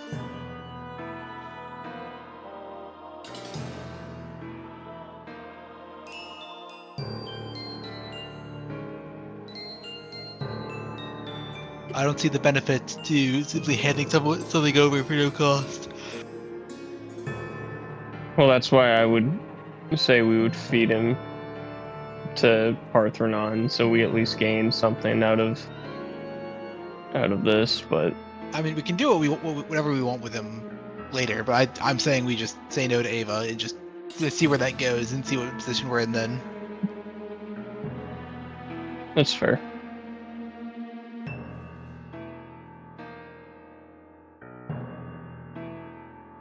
I guess I'm kind of up for anything at this point. I wish I had a harder stance on this, but Ithos is just so sick of the prophecy argument that he wants to either kill something or save something, and he doesn't really care what that is at the moment. What do you mean by the prophecy argument? Just the bickering back and forth over its legitimacy, the degree to which it can be changed, the emphasis on it. Because to Ithos, it doesn't make a difference. He's going to try his damnedest regardless. So the amount of stock he puts on it is less important to him. Okay, so that's the pinpoint where you disagree with Ava. Not that the prophecy can be subverted or changed, but that, you know, you're going to get whatever ending you want regardless of how astronomically, you know, improbable. Right. Okay. Like, what's the point of caring about the prophecy if you're going to try anyways?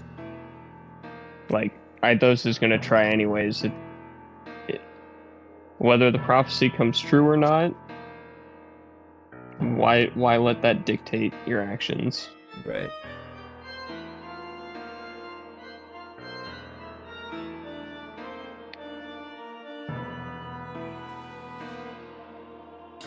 So, he's just sick of it. I believe the last thing Ava said was, at least throw him down in front of me, and then we can let the next time we cross paths be decided by your fate. Something along those lines. I guess. Because this is the one that Paarthurnon hates, so I'm sure he's squirreling in his chair. Yeah. So I guess if he just wants to jump out and try to eat her off rip, I'd be fine with that. Unfortunately, Vulgan is really the only one that knows that. Unless he shared it with you as you were exiting. I don't believe he did. We didn't have time. Yeah. Paarthurnon hates her mostly because she's keeping a fellow Drake Eater under chains, which is not cool to him. Anyways, Ithos is fine for a fight, but I don't know that I will make the first move. Or would make the first move in this situation.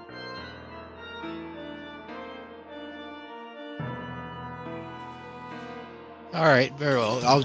I can just make the decision. Ava, we won't hand him over to you. You're going to make me take him by force? Sure, we'll make you exert some effort. Show me how valuable you are to the prophecy. If you want to be consequential so much. Actually, here's what I think. I think that neither of us really is interested in fighting. You don't, I think, like me very much, which is fine. I'm not taking it personally. But I'm I don't not care about you. It's not that I don't like you. I just don't care. You should care about me. Because I'm important and I'm going to be more important.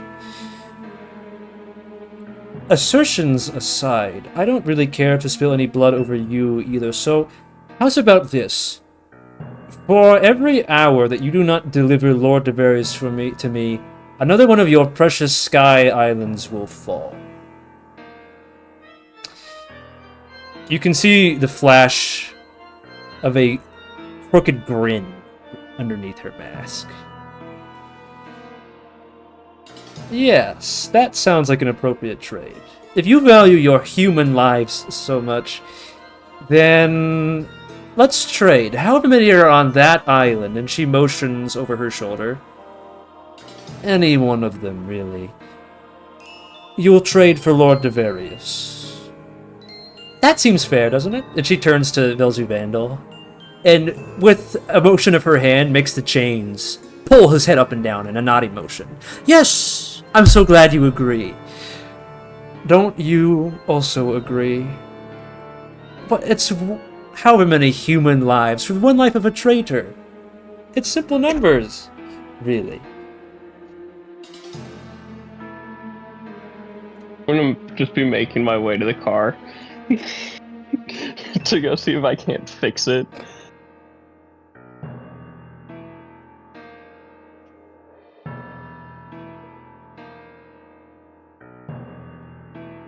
I'll just start walking that direction.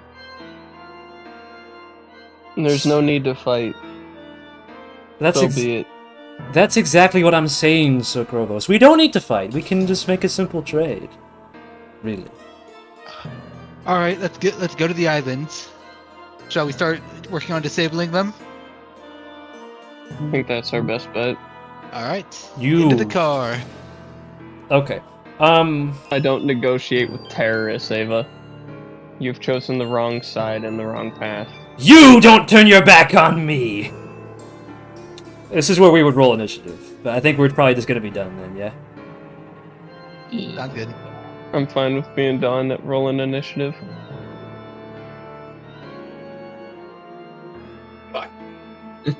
What is that, Vulgan?